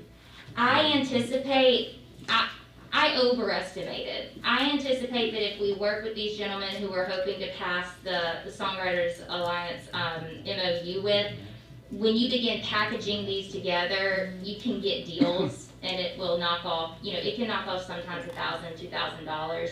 But I didn't want to put that in front of you until I know for certain that that's what we're going to be offered by these vendors. So that's a total of $38,265.95. Yep. And, we should be getting some of our quick kitchen equipment back from that also, so. Who knows? All right, so. So, you want me to add that in the motion, is that what we're saying here, man, that amount? So, I don't think so. the motion would just need to revise, kind of like how we revised the last resolution from 600 to 500. At the end of this resolution, it has in an amount not to exceed 15,000. So, you would just revise the resolution to in an amount not to exceed the 30 or 38 or whatever the board chooses to put on, 38. whatever number that you choose to put on there. Okay, well, I sort of revised the motion, what you're saying. Well, you can just say, motion to approve the resolution to make, the findings relevant to purchase the theater and sound and lighting equipment for the Trent Lott Theater from 2% fund in an amount not to exceed whatever number you choose. $38,265.94. May I put that in the form of a motion? All right, motion by Mr. Gill. Seconded by Mr. Cox. 38,000 what? Say 40,000. Just put 40. Can we put 40 in this? Yeah, you put 40, yeah. All right, so. I Mr. just Gill. brought it to 40. Yeah, I'm just ready to move forward. Now, Mr. Gill revises his motion to 40, Second. and Mr. Cox seconds it. Wait. Any, Feldman had already seconded it, right? no, Mr. Cox. Bobby did. All right, any further discussion? All right, all in favor? Aye. All opposed? Motion carries. All right. I would also think that it's important to maybe make a motion to include these documents into the minutes, the price quotes. Yeah, I'll make that motion, man. Motion, Mr. Include Gill. all the documents. Motion, Mr. Gill, to include the documents into the minutes. Is there a second? Second. Second, Mr. Cox. All in favor? Aye. All opposed? Motion carries. All right, next up is the MOU between the City of Ocean Springs and the Mississippi Songwriters Alliance. I sent you a revised version today, and then that was also what went out in the addendum. The original version that was in the agenda had, as I mentioned, a 60-20-20 split when it came to the split of revenue that's generated in the theater. But we had a conversation, myself, Kate, and Kevin Westbrook, the president of the Mississippi Songwriters Association, sat down and kind of went through more of the details and the different types of shows that could occur in the theater. And those are broken out for you in section 3.6.2.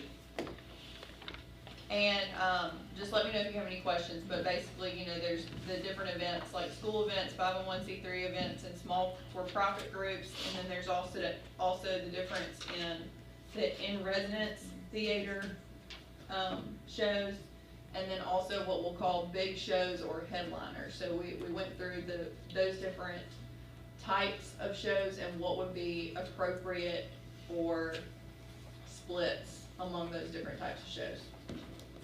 I make a motion, we approve the revised MOU between the City of Ocean Springs and the Mississippi Songwriters Alliance. Second. And adopt the resolution.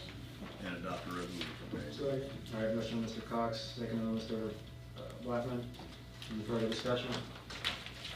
All approve? Roll call. Oh, there's roll call, I'm sorry. It's No, not, no, it's not a roll it's call. not. All right, all in favor? Aye. All opposed? Motion carries. All right. And where are we? Are we at consent? Yes, we are at consent. Anybody have any items to pull from the consent? Mayor, if no one has anything, I'd like to make a motion for the consent agenda. All right, motion, Mr. Gill. Second. Second by Mr. Bellman. All in favor? Aye. All opposed? Motion carries. Let's see, department reports. First I have, wanted to just bring up again the Alpha Eagle technology. They did a presentation, was it a week ago, 2 weeks ago, about the solar possibilities at both PD and fire. So I wanted to kind of bring that back up. They're calling and asking, kind of what the status is, and wanted to see what everybody thought of it. If this is something we want to look into, if that's something we want to just not be concerned with at the moment. Thanks, but no thanks. I think right now we need to focus on the Mary C and what we're doing, spending money there. I don't think we need to be really doing that right now. Unless they have identified a grant. Not interested. All right. All right. Other than that, we have docket of claims. Anybody have any items for the docket of claims? Make a motion, we approve the docket of claims. Second. All right, motion, Mr. Blackman, second, Mr. Gill. All in favor? Aye. All opposed? Motion carries. Let's see, human resources. Got a couple things. Approve RFQ for technical consultant at the Mary C. O'Keefe and appoint members to serve on selection committee, and budget amendment in the amount of $5,850 for the remainder of fiscal year 2021. Oh, that's the one we talked about last year. I'd make a motion to approve the RFQ for technical consultant at the Mary C. Second. All right, motion by Mr. Cox, second by Mr. Gill. Do we need to go ahead and include the appointments or the selection committee in this motion, or can we just? I'd You like can to do see it in a separate one if you Okay. like. All right, all in favor? Aye. All- I'm sorry. On that, it says that they have to have 5 years of community theater, and I guess I'm trying to understand why. If somebody like, let's just say they worked at the Hard Rock Theater or a place like that, would they be disqualified? I mean, because it says 5 years of community theater. Because that's, well, what the venue has always been a community theater, but I'm not opposed to professional or touring theater. I was just trying to tailor it to what the building is when I did. Which, I mean, I don't think it'd be too, problematic to change the language No, on that. that shouldn't make any difference. You can change the language. Do you want to change? We can change I would it. like to change it so that if somebody has professional experience. Yep. Okay. That's fine, I amend my motion. All right. Community or professional? Would that be proper language, Kate? Motion amended by Mr. Cox. Who seconded it? Mr. Gill, you want to second that? Yeah, second. All right, second, Mr. Gill. Now we need to. Yeah, well, we'll do that after this motion. Any further discussion on it? All in favor? Aye. All opposed? Motion carries. And on the selection committee, I'd like to, my thoughts would be Cade, the mayor, and, I'd be willing to serve, or we can have Mindy or Stephen. That's fine with me. Y'all go for it. No, I think you can put Steve on. Steve, I'll be fine. Steve and Cade, the mayor. All right. You're not gonna be on the boat? I mean, I can serve, y'all You want run to. the cities. Yeah, whatever. I'd like to make that a form of the motion. Cade, Stephen, check. So there is no alderman wants to serve, because if anybody wants to serve, we want them to serve. Yeah, anybody who would like to be on this? And I'll do it. I mean, I'm committed out. So you are, Mike says he's committed out. Yeah, I'll serve. Nay. With Bobby coming. All right, so just, all right, so the selection committee will be myself, Cade, Stephen Glorioso, and Bobby Cox. Take a motion, Bobby? That sounds good. All right, motion by Mr. Cox. Second by Mr. Blackman. Any further discussion? All in favor? Aye. All opposed? Motion carries. And the budget. Yes. Does anybody, yeah, so do you have a motion for the budget amendment? So moved. Make the budget, just go with the Motion by Mr. Cox, second by Mr. Bellman. Any further discussion? All in favor? Aye. All opposed? Motion carries. All right, where are we at now?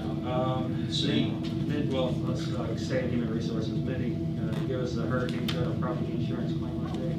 Oh, I got notice today from our property insurance carrier that our Hurricane Zeta claim is still in process. They don't have a total yet, but they're going to give us an advance check of $50,000 for the claim.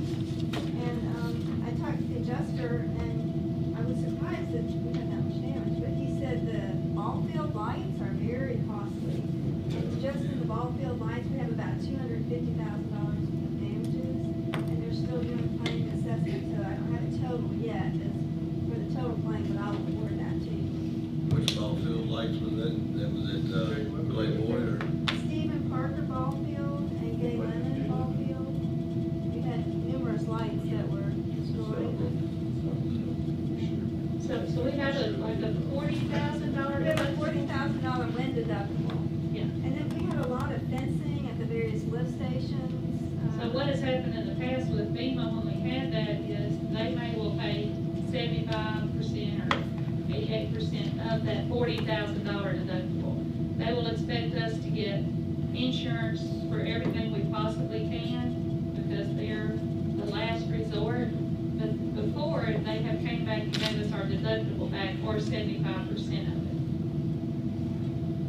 it. It's going to complicate the paperwork some, but it is the way we have to go. So I'll let you know when I hear more. All right, thank you, Mindy. All right, let's go to Carolyn. You got an appeal?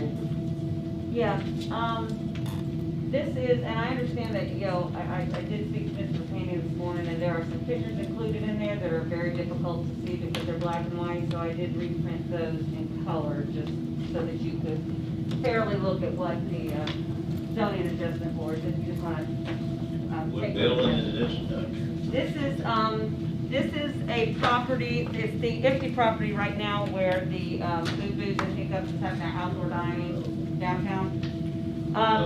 So what they're doing here, the reason it's appeal, and let me kind of give you the overview because the reason it's coming before you is because it is not something that has a normal path of approval.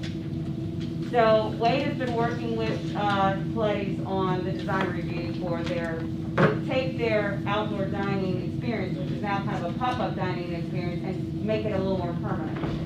So what they wanted to do was start with the foundation of these metal storage containers and build them to create the functional aspects, the kitchens, bathrooms, that those components of the dining would still be outdoors, you would still have tables and all of that. So these are some examples that they are looking to mimic. Now, what went to ZAB and what you are being asked to consider is only the exterior material. The UDC specifically does not allow for metal to be the sole exterior material, and it does require that the exterior be covered with a variety of materials, including wood and other materials. But it does not allow for the metal. So the planning department, when they started going through design review, did not have a choice but to deny that because we have no way of approving metal as an exterior. So that's why it falls into the appeals category. It's not a variance, it's an appeal to this section of the code to have it not apply to their building based on what they are asking to do. Now, regardless of the outcome tonight, what you are looking at is only the exterior.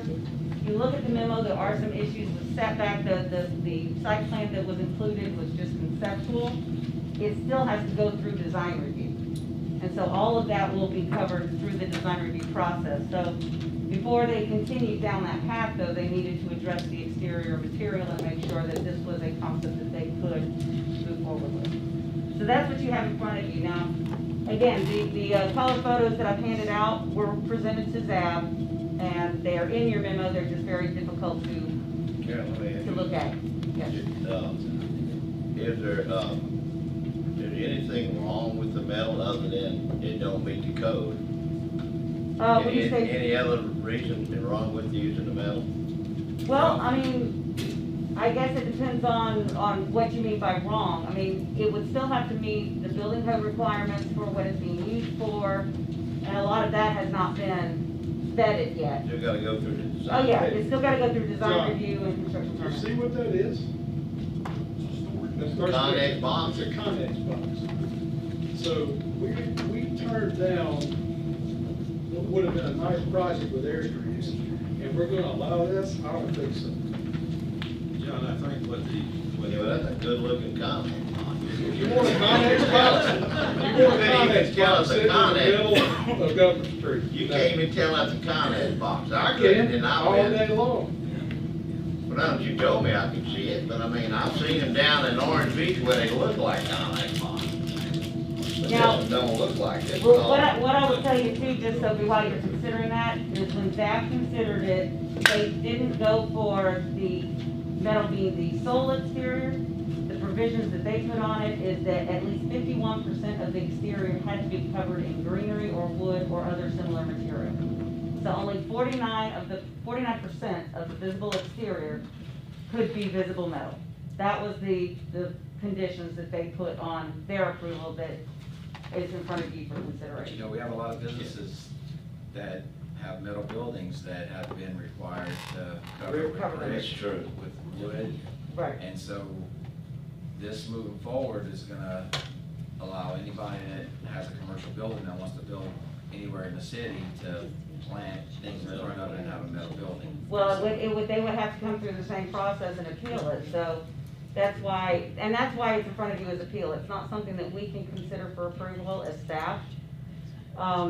They presented their proposal to you for consideration, and if you find that there's a circumstance that makes it different from other properties, or, I will just say that the things that were brought out in the meeting through comments were the fact that it's not an enclosed building, which makes it unique, that it does house the functional components such as the bar and the kitchen out, which is kind of a cooking area where you can see the cooking happening.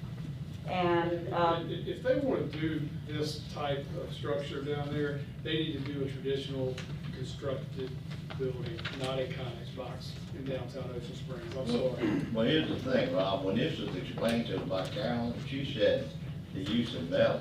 She didn't say the use of Connex box. So, I mean, that kind of that threw everybody off. You know, that threw me off, but if you look at that don't look like a I'm not Connex. opposed to the project of the Connex box, but the issue I'm hung up on is the living part of it. Well, I don't blame you, I wouldn't.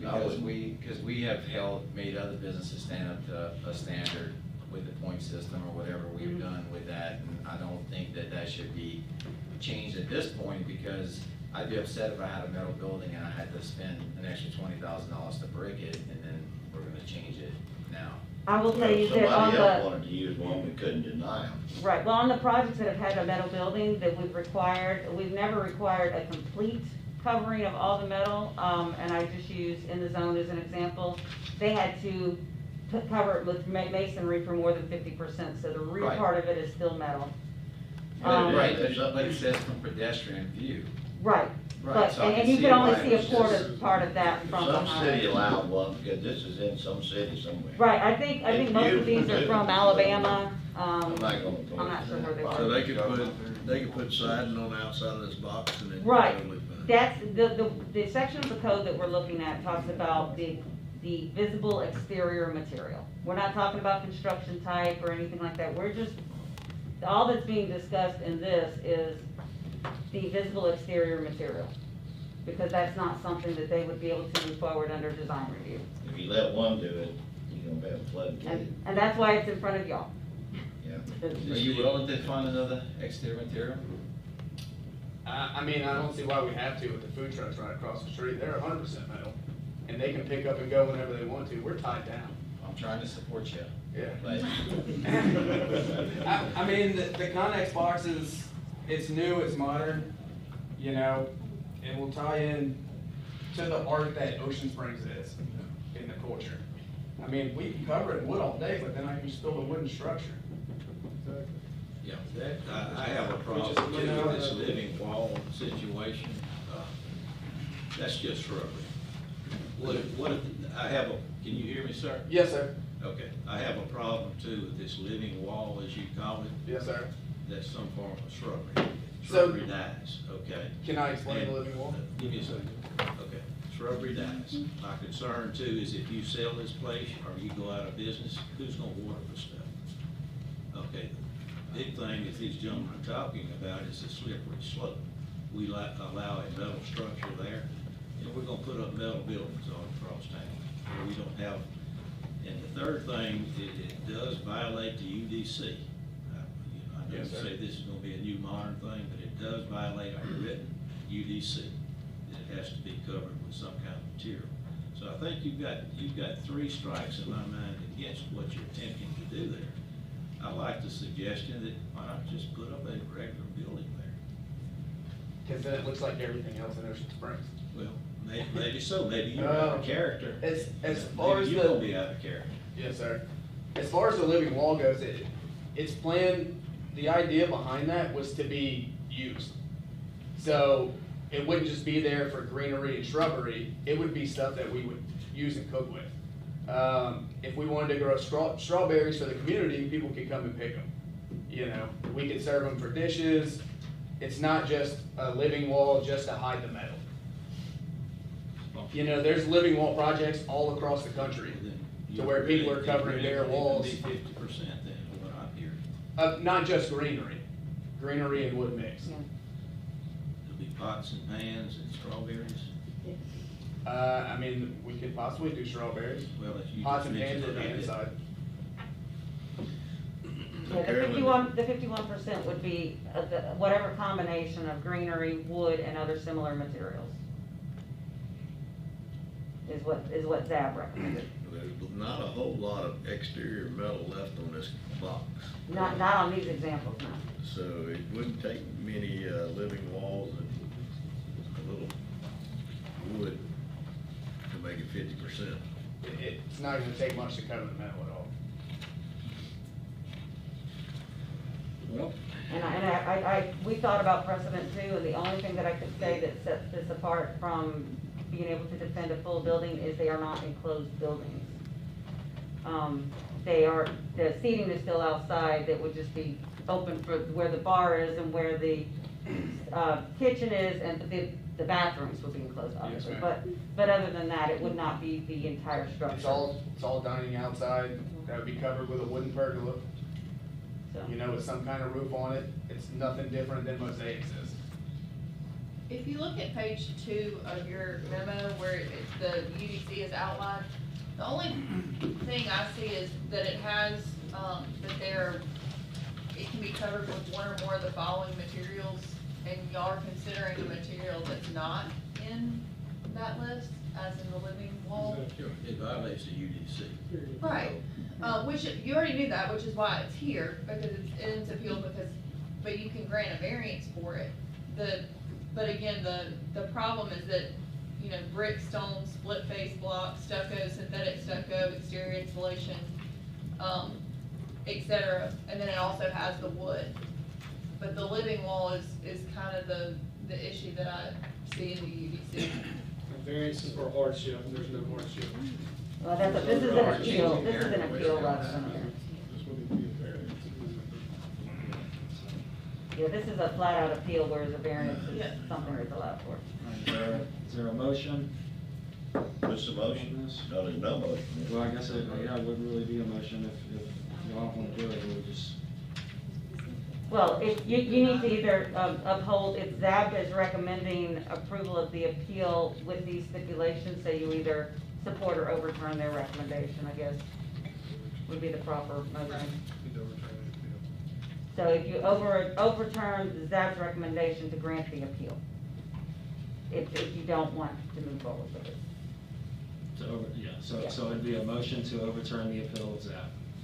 The recommendation of The that. for the recommendation of appeal. ZAP. All right, does anybody want to make that motion? That's what the result would be, yes. And if you wanted to support the appeal, then it would go Uphold forward the with the stuff recommendation. support. Right, okay. Wait, y'all are convoluting this. No. If you support the appeal, then you support the project. If you want to vote, if you make a motion to deny the appeal, then you're not. Okay. Make a motion to deny the appeal.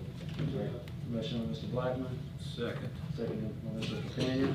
Yeah, discussion. Yep. I just want to say one thing, think about, y'all put a lot of money in that place, and it's really nice. Done a heck of a job, it's really an asset in the downtown, and which gives us a lot of tax base, But I think I understand where the board's come from and why I'm going to approve this motion is that once you open that Pandora's box with Connect boxes, next guy that comes along that owns a club and wants to put a Connect box out back and open the window and sell beer out back, how are we going to deny him? That's. Is that not where the variance comes in? What's that? Like the variance in the design review? Is that not, if we have to go through the process, they would have to do the same thing? Yeah, they have to go through the same thing, I would imagine. It depends on what case, Yes, sir. So, I mean. All right. It's a tricky situation. Look, I understand the metal being the main thing of it, but this isn't like a warehouse building that's right across the street. This is completely elevated. It's more elevated than some of the wood frame buildings that are across the town. I don't even know it's a Connect box. And that's what we're. And you can still use it. What on am I it. We're saying? not looking for different material. Rejecting the. Just case out the outside. Why don't you build it to look like a Outside, Connect no, box? You Right. don't use a Connect box. So from all the pricing that we've got, it's more expensive to go wood than it is a Connex box. Okay, all right, any further discussion? All right, all in favor? Aye. All opposed? Motion carries. All right, where are we at? All right, let me get through the last one on the addendum. Dale, talk to us about this discussion of stormwater training for the mayor and board of aldermen. Okay, yes, due to COVID, usually Damien actually helps us with the stormwater, would come in and discuss this with you. But instead he sent us a letter. Every year we get ready to do a report. Part of our report is we have to have training for the board and the mayor. And so usually he comes in and just kind of gives you an overlay of what the program's looking like. As of right now, we're getting ready to get our new permit in place. We've been in discussion with the Vehicular. Yeah, I'll get in touch. And trying to take out things we know that we can't accomplish, so. But other than that, it's basically the same thing we've always done, stormwater program. All right. Wedges off, like natural. So do we need to set it, do we need to, what action do we need to do? Nothing, it's just something we're required to do each year for our annual report. Okay. And this is the only way to do it is put on the department reports and discuss it. So, Okay. like I say, he normally would have been here to discuss it. I got you. Does anybody have any questions, comments on that? All right. Okay, and staying with Daryl, we've got an appeal for tree removal at 2369 Davidson Road. That one's in my ward. I went and looked at the spot where it was, and the lady's in her 80s. She can't drive anymore, but she does walk to the mailbox, and she does take her trash out to the road. That tree has roots and stuff, but it also drops these big balls on the ground. Well, she trips on them, and she's gonna wind up getting herself hurt. And I've talked to Daryl, and he looked at it, and we agree. I believe she should be able to take it down. The black oak, isn't it? No, it's a magnolia. Magnolia, oh, well, yeah, same thing. She actually planted the tree when they moved there, so, and they've been there 50 years, and then she said the tree's been there like 40, but I believe, I'd like to make the motion that we take the tree down. Second. It's a hazard. All right, motion Mr. Bellman, second by Mr. Gill. Any further discussion on that? Well, Daryl, I was hearing you recommend, but it says here you recommend denying the removal, so seed pods are only an issue once a year. Yes, sir, I did, and, I was unaware of the lady's health condition. I look at it from not damaging property. It's basically when I look at it. I mean, it wasn't hurt anything in my opinion, but I didn't realize that she had the health issues she has. 92 years old. Yeah. He's up there.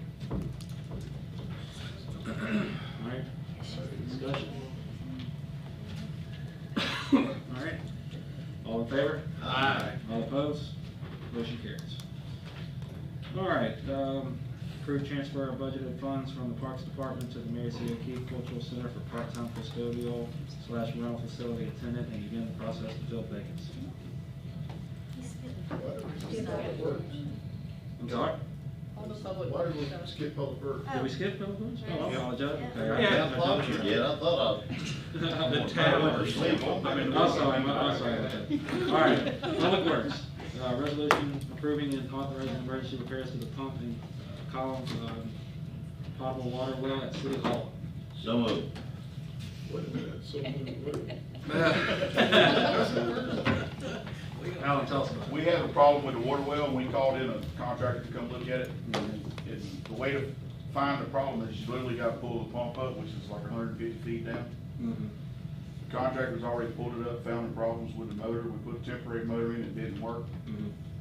And we want to go ahead and have the same contractor finish the job, because he has all of our parts, he has everything, he knows from the beginning. If we have to go out for bids now, we're going to have to start totally over with everything. Sounds reasonable. All right, you want to make that motion, Mr. Gill? Yeah, I already did. All right, motion on Mr. Gill. Second Mr. Hoffman, all in favor? Aye. All opposed? Motion carries. All right, item E, adopt resolution approving and authorizing emergency repairs to Halsted Park. Just the same situation, both of these went down within a week apart. We started pulling sand at Halsted, so we shut it down, had them come check it, and then the same person was already here working, so he went over and checked that one also. And it's the same situation. It's not just about the person that did No, it. it's not about that. It's not the emergency. It's an emergency because right now you're running on Dina. It's the efficiency. Yeah, you're running on Dina, Paps, and So if Handy. we're pulling sand at this well, are we deep enough? I think we are. He said something about some kind of. Got a hold of the screen. Yeah. The hole in the string, is that what's causing the problem? How deep is this one? I don't know how deep that well is. A hole in the screen is $56,000. Well, that's what's causing the problem, so Right. there's a problem with the pump. Yeah. So I'm saying, We had a meeting, I guess it was last Monday, Tuesday, anyways, with quite a few of us, and that's in your resolution on who all met and discussed it, and we went through the statute and what's required and what this seems to be an emergency pursuant to the statute. Based on the timing, the potential to have a boil water notice throughout the city, the water pressure being too low for it to all function properly. So there were a lot of things that were taken into consideration. Yep. Pass Road's still working, right? Paps is still running. So Ward 5's got water? Yeah. Until the handle goes down, then you won't have no water. You got to cut a valve off somewhere. That's the problem. If we have anything else go down, our water pressure is gonna get below what the state requires. You can strap that water line, because there's sand in did sand get in the customer system? No. Okay, so we contained it before, okay. I don't think there's been anything big repairs like this in a long time to this stuff. From what we met the other day, it's been years since you've had any major hits. This is enterprise money Yeah. too, so it's there, that's what it's there for. Go ahead and make a motion to adopt a resolution approving the repairs on Halsted. All right, motion, Mr. Cox. Second. Emergency repairs. Second, Mr. Blackman. Any further discussion? I'm just curious, Alan, what's the age of our other pumps and how are we looking probably? To be honest with you, I couldn't give you that. I really don't know. I know they've been here forever. Mr. James would probably be more knowledgeable on some of that than me, because he worked the system before. The only one that we've worked on, in the last 10 years is Halsted. We went from a oil loop to a water loop there, and that was the last thing that was done on, we changed the motor, electric motor at City Hall, but as far as any, pulling any wells and doing the internals with pump and all that stuff. As far as I know, hasn't been anything. Does this one back here still sound like a jet taking off when it Don't comes right now, but it Yes. Yes. I remember being in that building here. Yeah. So Oh, it still does it, how many times a day does it really? right now, so we can do it this way. Well, for a while when they were testing it, it was running for hours on it, but yes, it does make that very annoying high pitched noise. All right, all in favor? Aye. All opposed? Motion carries. All right, now to the parks. Approved transfer of budgeted funds from the Parks Department to Mary C. O'Keefe Cultural Center for part-time custodial / rental facility attendant and begin the process to fill vacancies. So moved. Mr. Cox, second Mr. Bellman. Any further discussion? This was an already budgeted position, just transferred from Dollar Tree, I guess, out to Mary C. I'm trying to keep genuine costs under the Mary C, what it really costs to keep it going, so if it's parks people and they're gonna be working over the Mary C, they're gonna be charged over the Mary C, and we'll just keep cleaning it up so we have a real accurate number. All right, all in favor? Aye. All opposed? Motion carries. All right, and we've come to the general public comment section of the agenda. If there's anybody who would like to address the board for up to 3 minutes, come to the podium. All right, and going to Alderman's forum, Mr. Gill. Yeah, Mayor, I don't know if any of y'all drove down, Washington and Government on the way here tonight. Chicken. It's looking good. Chicken chamber, yeah, that's real good. Chicken. Still daylight when I rode through. 2 o'clock. They got 2, Christmas trees that they have hired this company to put up. And, they're beautiful, right in front of Levin's drugstore. And then in the middle of it today, Chick and I went down to the fire department and got the manger scene, life-size manger scene that was donated to the city a couple of years ago. And we put it up in between the 2 trees, and it looks beautiful. Yeah, yeah, you take a look at it, it looks good. Well, you got it up there? Wait, There. there's somebody in the middle of it. Who is Put that? the hat on. There it is, right there, look. There he is. There it is, what's that? Yeah, look at that Is chick. that a new piece to the puzzle? You see the 4th wise man? Anyway, so, and it's got 4 light poles that they've decorated. And the whole object of the thing is to, it takes a long way to go, but to look something like Fairhope one day, just every year add on a little bit to it. And then actually one day we could have a downtown lighting night like Fairhope does. And light all the lights up downtown at one time. Of course, they had snow this year. Yeah. Off of a building Fairhope did. But what it does, it brings a lot of people downtown, and the stores stay open late, and it brings in commerce. People spend money, and just another source of income for the city. But anyway, the project started today, and so we need $1,100 to pay for this phase 1 of it. There'll be many phases, but this is just phase 1. And I was hoping that we could divide that up between 7 aldermen. It's $11.50. I mean, I know nobody's broke, we just got all money. I'm good with it, John. Broke, not broke. I'm good with it. Are you broke? No, you ain't broke. Kids got my light poles. So just asking everybody to pitch in on It's gonna be, what, 125 a piece, something like that.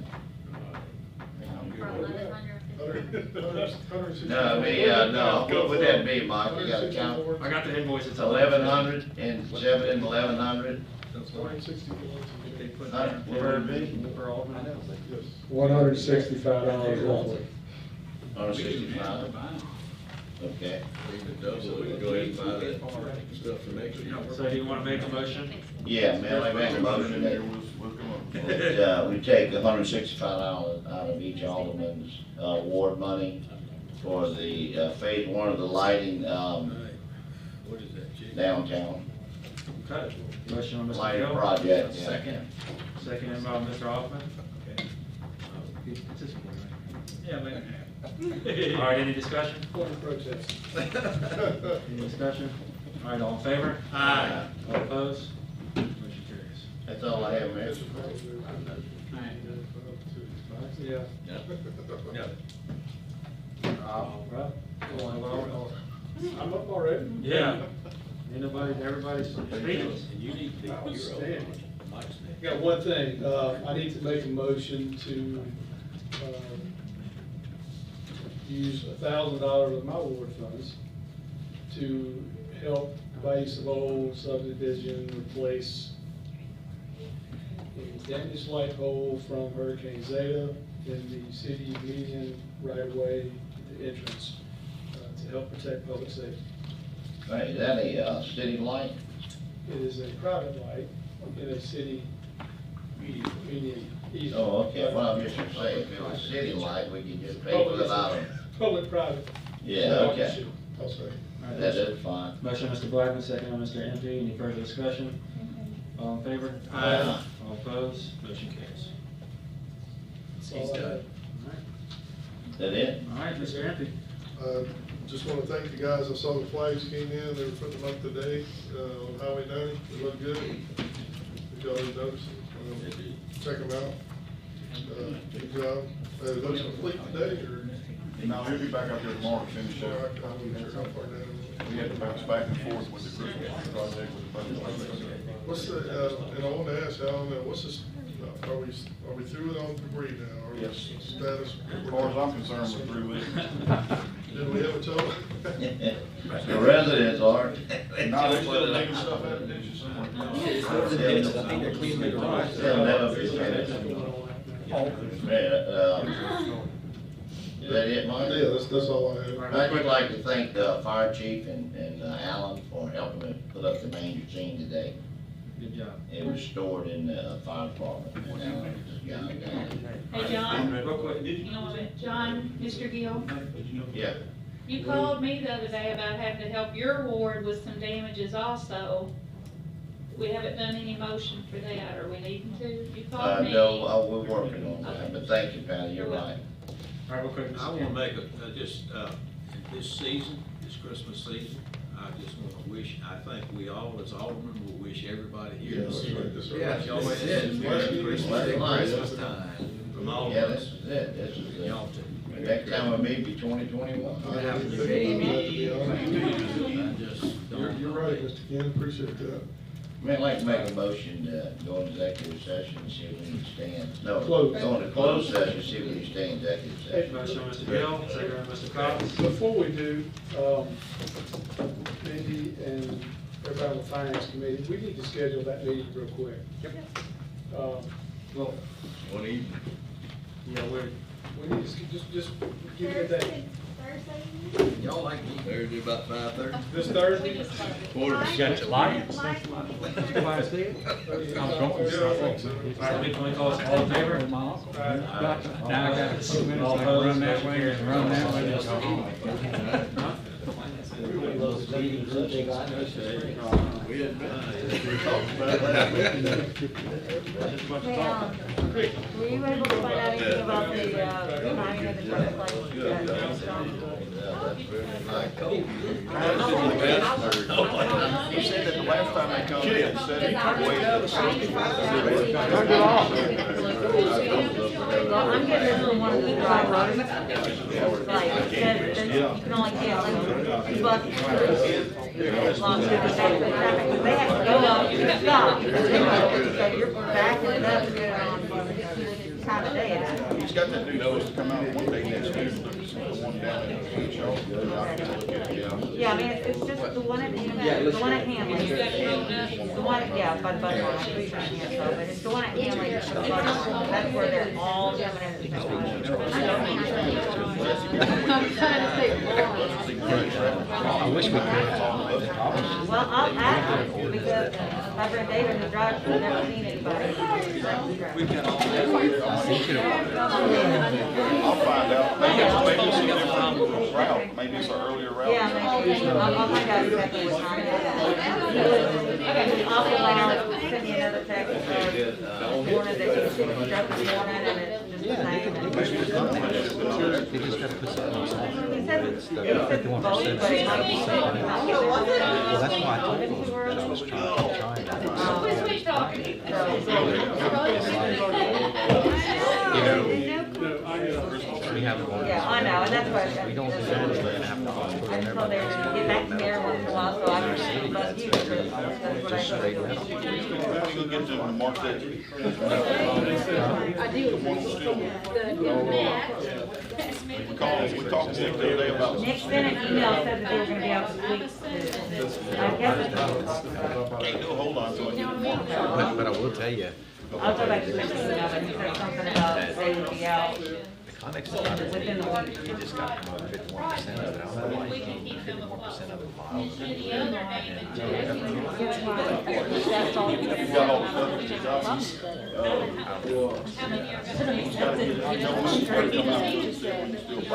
Hey, did you see either there's one right at the corner or the next to the corner. There's a lot of partners. Did you get that invite? I mean, it's a recorded, we put everything together and edit it. They're gonna live stream it on. It'll be interesting, it's not what we would do in a live stream. With some professionals, some of the videos. Get together there and fabricated. What we do is the young guys. Yeah, it's very, we did it, this year was all day about using a virtual vehicle, so come on, Joey. Whatever songs we put. Hey, Joey. But like, That's you know, Texas. the first one that starts out with. I think they own it. Very professionally done. Yeah, we Just were get doing one, our yeah. community theater families who do this for a living, who do video production for a living. So they had a rep on them. But all the music is done by us. So, you know, we either, some of it I is tell you, I track, had to but, come you in know, at 6:30 for it's y'all all and me, but recorded. okay, our that's voices. what they really want.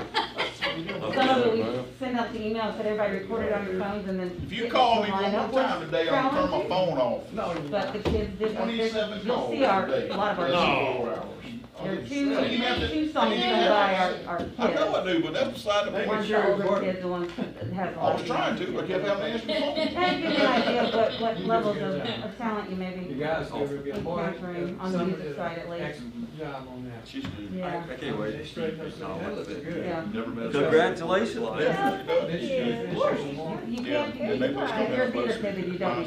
Yeah, you can't be. You come to rehearsal and you bond and your family the next day. She does good work. He wants to know if he can go help us stay at the Mary C this summer. I know. That's a lot of that, right? When does he come down? Well, He gets in a hurry though. He goes, send me the truck. And I said, the truck's parked there. Oh, yeah, he's on the sidewalk. Wait a minute, I'll be back with you later. Well deserved. That's Charlene. Nope, that's Steve. Yep. I'll take the claim. I've been on TV there. Mayor, see, I'm sure that all the chairs. Tables and chairs. I can't imagine that you need tables, where there's, you know, some of the rooms maybe, but chairs? How deep's that well, Mr. James? If it'll take some relief off the civic center, I'll happily deliver them for them. Well, the chairs and stuff. Yeah, I mean, I don't know, I can't imagine where they had, and of course, I don't know what it's. Hey, Vicky? Yeah, it's They used to have all those black, regular plastic chairs, and I don't know if those are still there or not.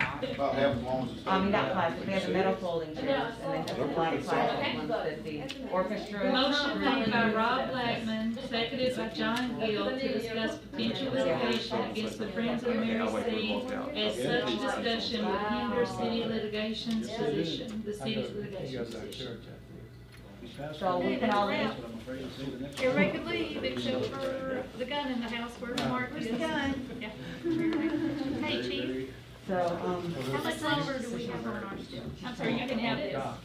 but, you know, I don't know. Are we sole source? And I don't know How if long it's is that still gonna left there. I don't know run? what it was. Right. But come But on. there's always a use for folding.